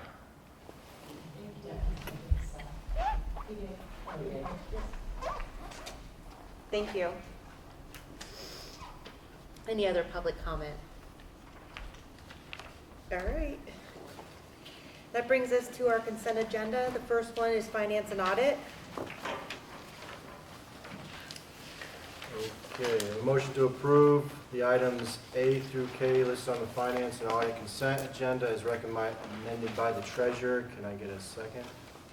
Second. Any discussion? Steve, can you take the roll, please? Yes. Mr. Krenensky, Aye. Mr. Byers, Aye. Mrs. Grassi, Aye. Mr. Audino, Aye. Ms. Brewster. Aye. Motion carries 5-0. Next is personnel. I would like to pull one more item out Okay. real quick. I marked it. Sorry I didn't say it earlier, but item F, I'd like to vote on separately. Item F. The That's the last item on Is it the last? Yeah. so Yeah. A through E. The, MOU includes. the organizational chart. Yes.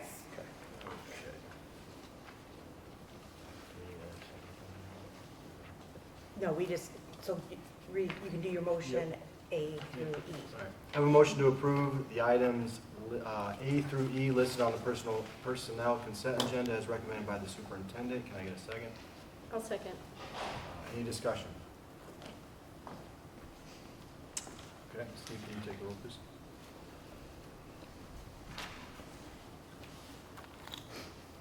Ms. Brewster, Aye. Mrs. Krasinski, Aye. Mr. Audino, Aye. Mrs. Grassi, Aye. Mr. Byers. Aye. Motion carries 5-0, and that went all the way up until F, correct? Correct. That was A Or through E. A through E. A through E. A through E, I'm sorry. Okay. Now we have a second motion to approve item F listed on the personnel consent agenda as recommended by the superintendent. Can I get a second? I'll second. Any discussion? Yeah, so I would just like to postpone a vote on this because I would like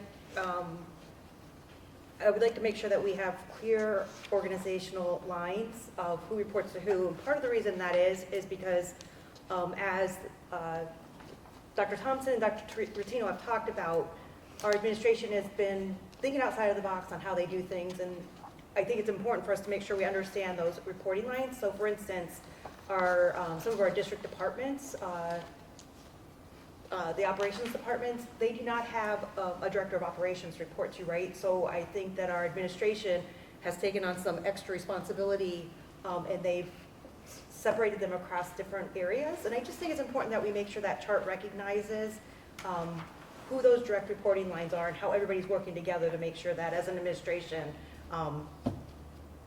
they're keeping things running. Yeah, and I completely agree. Honestly, I thought the last meeting we discussed that this was going to be a portion of today's meeting, not necessarily just voting on it, but either a presentation on it and or a discussion on it. So I concur with you that we need to take this another step. So do we need a motion to table this, postpone this? We do, right? Like, we have a motion to approve this. That's correct. So you can make a motion to postpone it either indefinitely or to a specific meeting coming up. Do we have to name which meeting? Or just to a later date?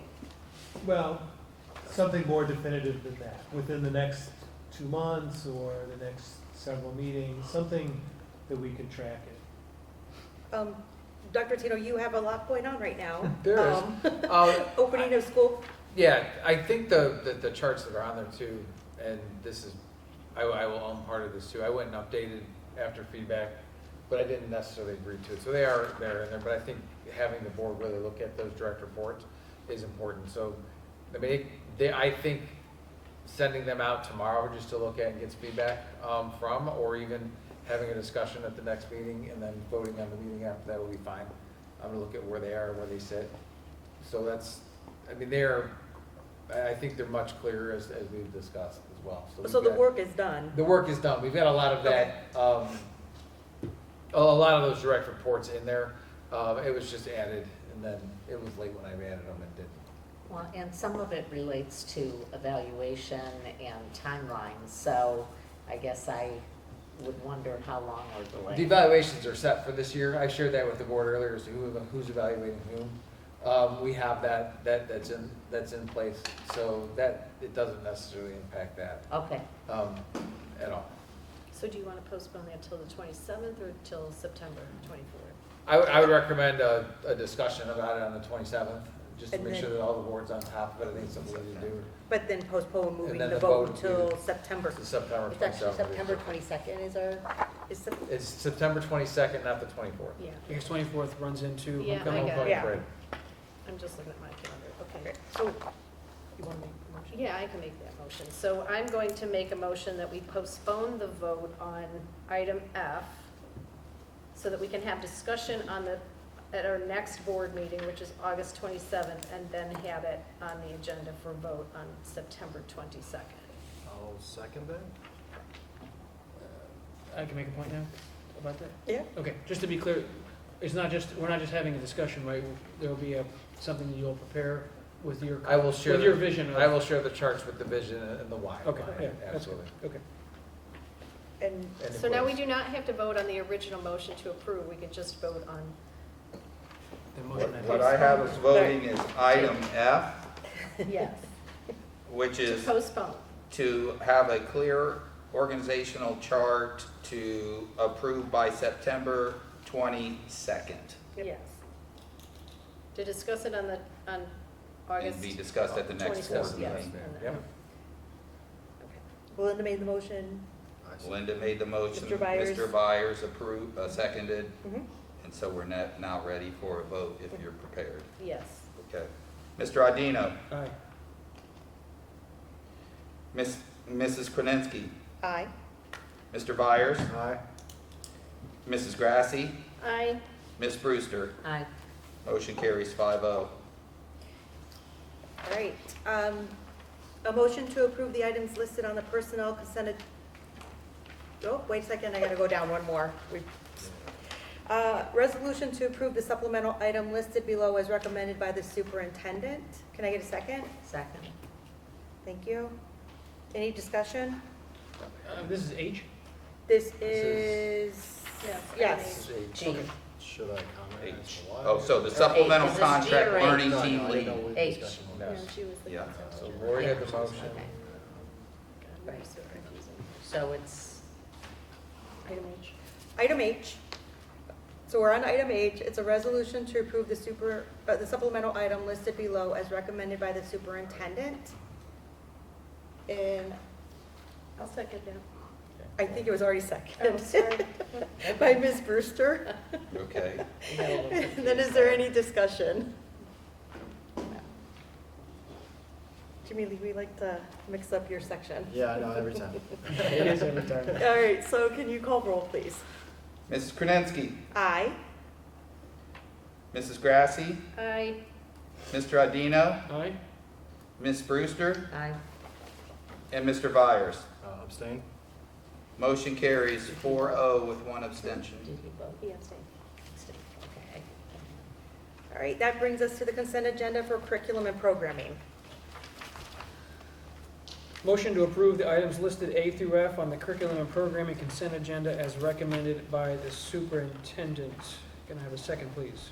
I will second that. Any discussion? Yes, can you explain item F, please, just briefly? The MOU with Cleveland State supporting licensure preparation in grades preschool through 12. Yeah, this is a standard MOU with them, for them to bring in their student teachers. Oh, okay, okay, And thank for you. them to work with student teachers as well as administrative interns. All right, thank you. Any other discussion? Okay, Dr. Thompson? Ms. Brewster, Aye. Mr. Byers, Aye. Mrs. Krasinski, Aye. Mr. Adino, Aye. Mrs. Grassi. Aye. Motion carries 5-0. Brings us to consent agenda, buildings and grounds and operations. Sure, we have a motion to approve the items listed on the buildings and grounds and operations consent agenda as recommended by the superintendent, items A through F. Can I get a second? Second. I just want to outline that we are approving the school bus routes and stops for the school year. Item D is the van purchase that we spoke about previously. That's the one that's going to be replaced with the insurance proceeds. Item E is the additional F-350 truck. And then item F is the resolution for parent contracts that we discussed at our buildings and grounds meeting, so. Okay, and as far as the routes, were there any significant changes? Is there more consolidation of routes? There were more consolidation. We did do the questionnaire early as to who is taking it, so we're trying to put more kids onto a student bus, and we will continue to do that throughout going into next year as well. So Okay, so with, I guess my only concern would be elementary students being too far They're within, all within our policy of under a half mile. We have not changed the policy, so the Okay. farthest walk is a half mile. Okay. I just, know sometimes they're, some were picked up in driveways, some end up having to walk to the corner, depending on the age of the child. Yeah, and also I would say too that, when routes are questioned, we drive out there and look at it for the Okay. reasons why too, and make some decisions, but these are kind of what are most efficient and going from there. And we don't know, who's driving their child in, who's actually using the bus. Those are all things We that know come to light who's later. not from the secondary schools who have opted out. We did not do that with the elementary schools. Okay, We do adjust at times, after so many days into the school year, we revisit to kind of take some stops and call those families who aren't using and see what's going on. okay. All right, if there's no other discussion, can we call the roll, please? Yes. Mr. Audino, Aye. Mrs. Grassi, Aye. Mr. Byers, Aye. Ms. Brewster, Aye. and Mrs. Krasinski. Aye. Motion carries 5-0. All right, that brings us to Board of Education business. Resolution to approve 2026 to 2029 Riverside Local School District Strategic Plan. Can I get a second? I'll second. Thank you, Mr. Byers. Any discussion? All right, can you call the roll, please? Can I just thank all the people who startled participated? me. I'm sorry. I was waiting for someone else to. I do think there was a lot of public participation in this, and all the people who came out for the groups and also for the surveys and responses and all that. I want to thank them for taking their time, and it was impacted and used in this plan, and we're looking forward to implementing it in the next 4 years. And we are going to hear the action steps. We are At going which to. board meeting? Like, I don't- when was that slated? I don't remember. I thought we had. Was it October? No, I don't know Maybe, if or it is was that actually, too we're gonna early? try to get some of those, the ones we're focusing on this year, we'll start to look at what those look like and move forward and plan it out, Okay. so. So I've asked Dr. Tino to make sure that we're bringing back like the 2 or 3, 1 or 2 or 3, whatever, under each of the, each part of the strategic Right. plan that they're really focused on this year, so that we understand what they're working on. I think what's really interesting as they bring those back, you can look at the goals and objectives that we set for both Dr. Thompson and Dr. Ratino. Some of them overlap, I think the focus is in the right place as we kind of look at finishing this up. But those will be coming back soon. I think the other part with this one is we are really working to identify key performance indicators with this to kind of give us some measurables, a baseline and where we're going with it, so. Any other discussion? All right, can you call the roll, please? Mr. Audino, Aye. Mrs. Krasinski, Aye. Mr. Byers, Aye. Ms. Brewster, Aye. Mrs. Grassi. Aye. Motion carries 5-0. And that brings us to Board of Education updates. Do we have any? I just wanted to ask, I know that there are timelines in place for improving student achievement in light of test results, and I saw a date at the end of October and then not putting something in place, but I just want to be clear that Dr. Ratino, you're continuously working with the staff on improving those scores and implementing things that have been put in place, correct? Oh, absolutely, we started that at the instructional leadership retreat and it'll continue on the first day of school. Right. And so anything in addition that comes forward in October would be, something above and beyond what you're already doing. Well, and it's directly tied to the new strategic plan as well, which is directly in there, so. Okay, I just wanted to clarify that. And then the only other thing would be, I know that traditionally, you see in other districts, there's usually board representation on a levy committee, and I don't know what our board has done. So we really can't not have open discussion about the levy committee here at the board table. So the board doesn't take action in the levy committee. Okay. Yeah, it's just that typically there are representatives, Yeah. and I don't know how that works. Yeah, so the board itself does not appoint anybody to the levy committee. So the board is not saying, go and be part of the levy committee, we cannot do that.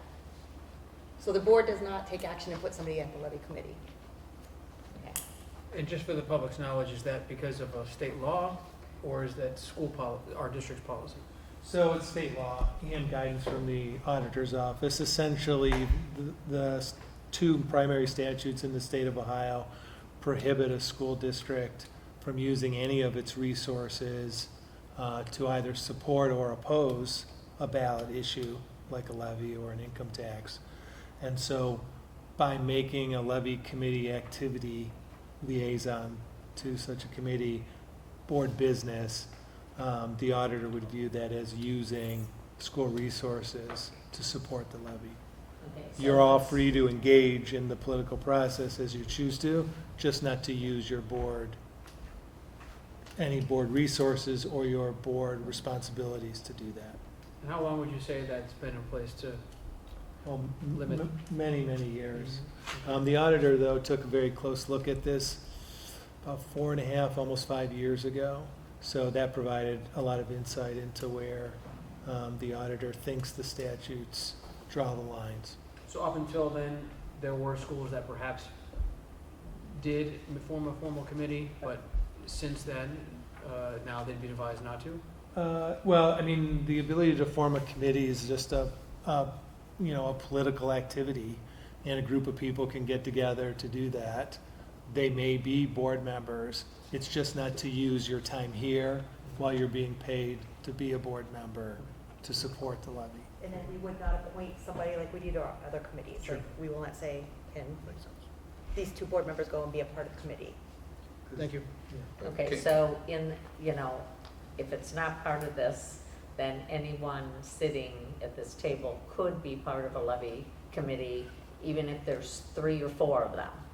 So, yeah, I mean, the key, though, is while you're engaged in that activity, that you're not talking about board business. Your board business has concluded on the school income tax. You considered a resolution a necessity. You considered a resolution to proceed, both of which passed. That's the end of your official role as a board.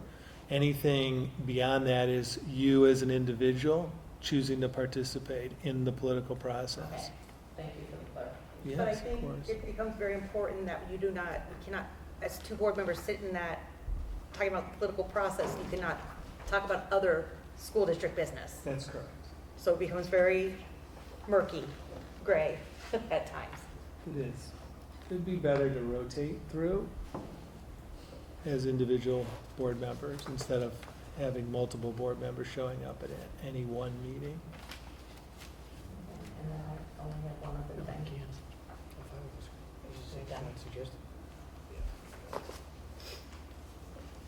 Any other Board of Education updates?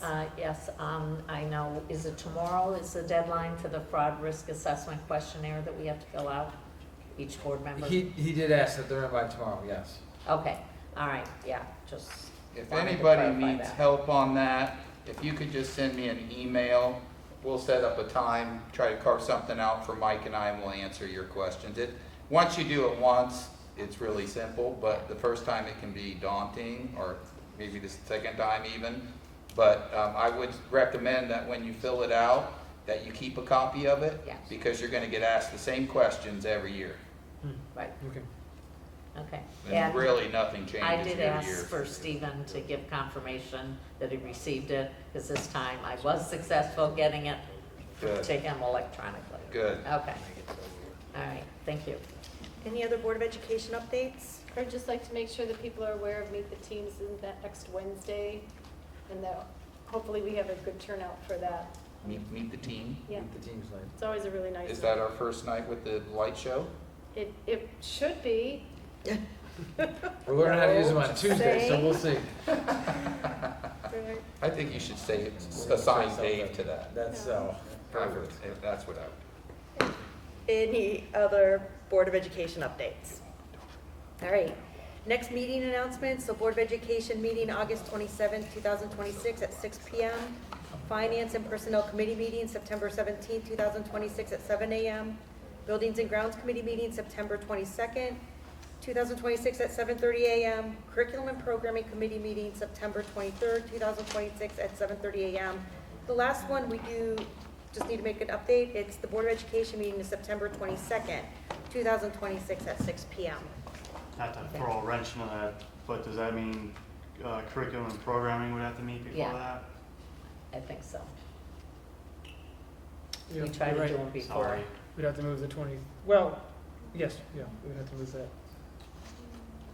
Will you guys take care of that? Yeah, we'll take care of it. All right, thank you.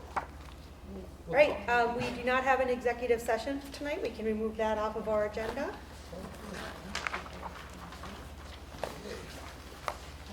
We do not need to return to regular session. Make a motion to adjourn at 8:31 p.m.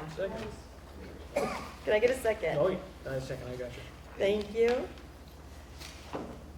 And can you take the roll, please? Yes, if you can just bear with me for 1 minute. I sure can. Thank you. Okay. Mrs. Krasinski, Aye. Mrs. Grassi, Aye. Mr. Idino, Aye. Ms. Brewster, Aye. Mr. Byers. All right. Motion carries 5-0.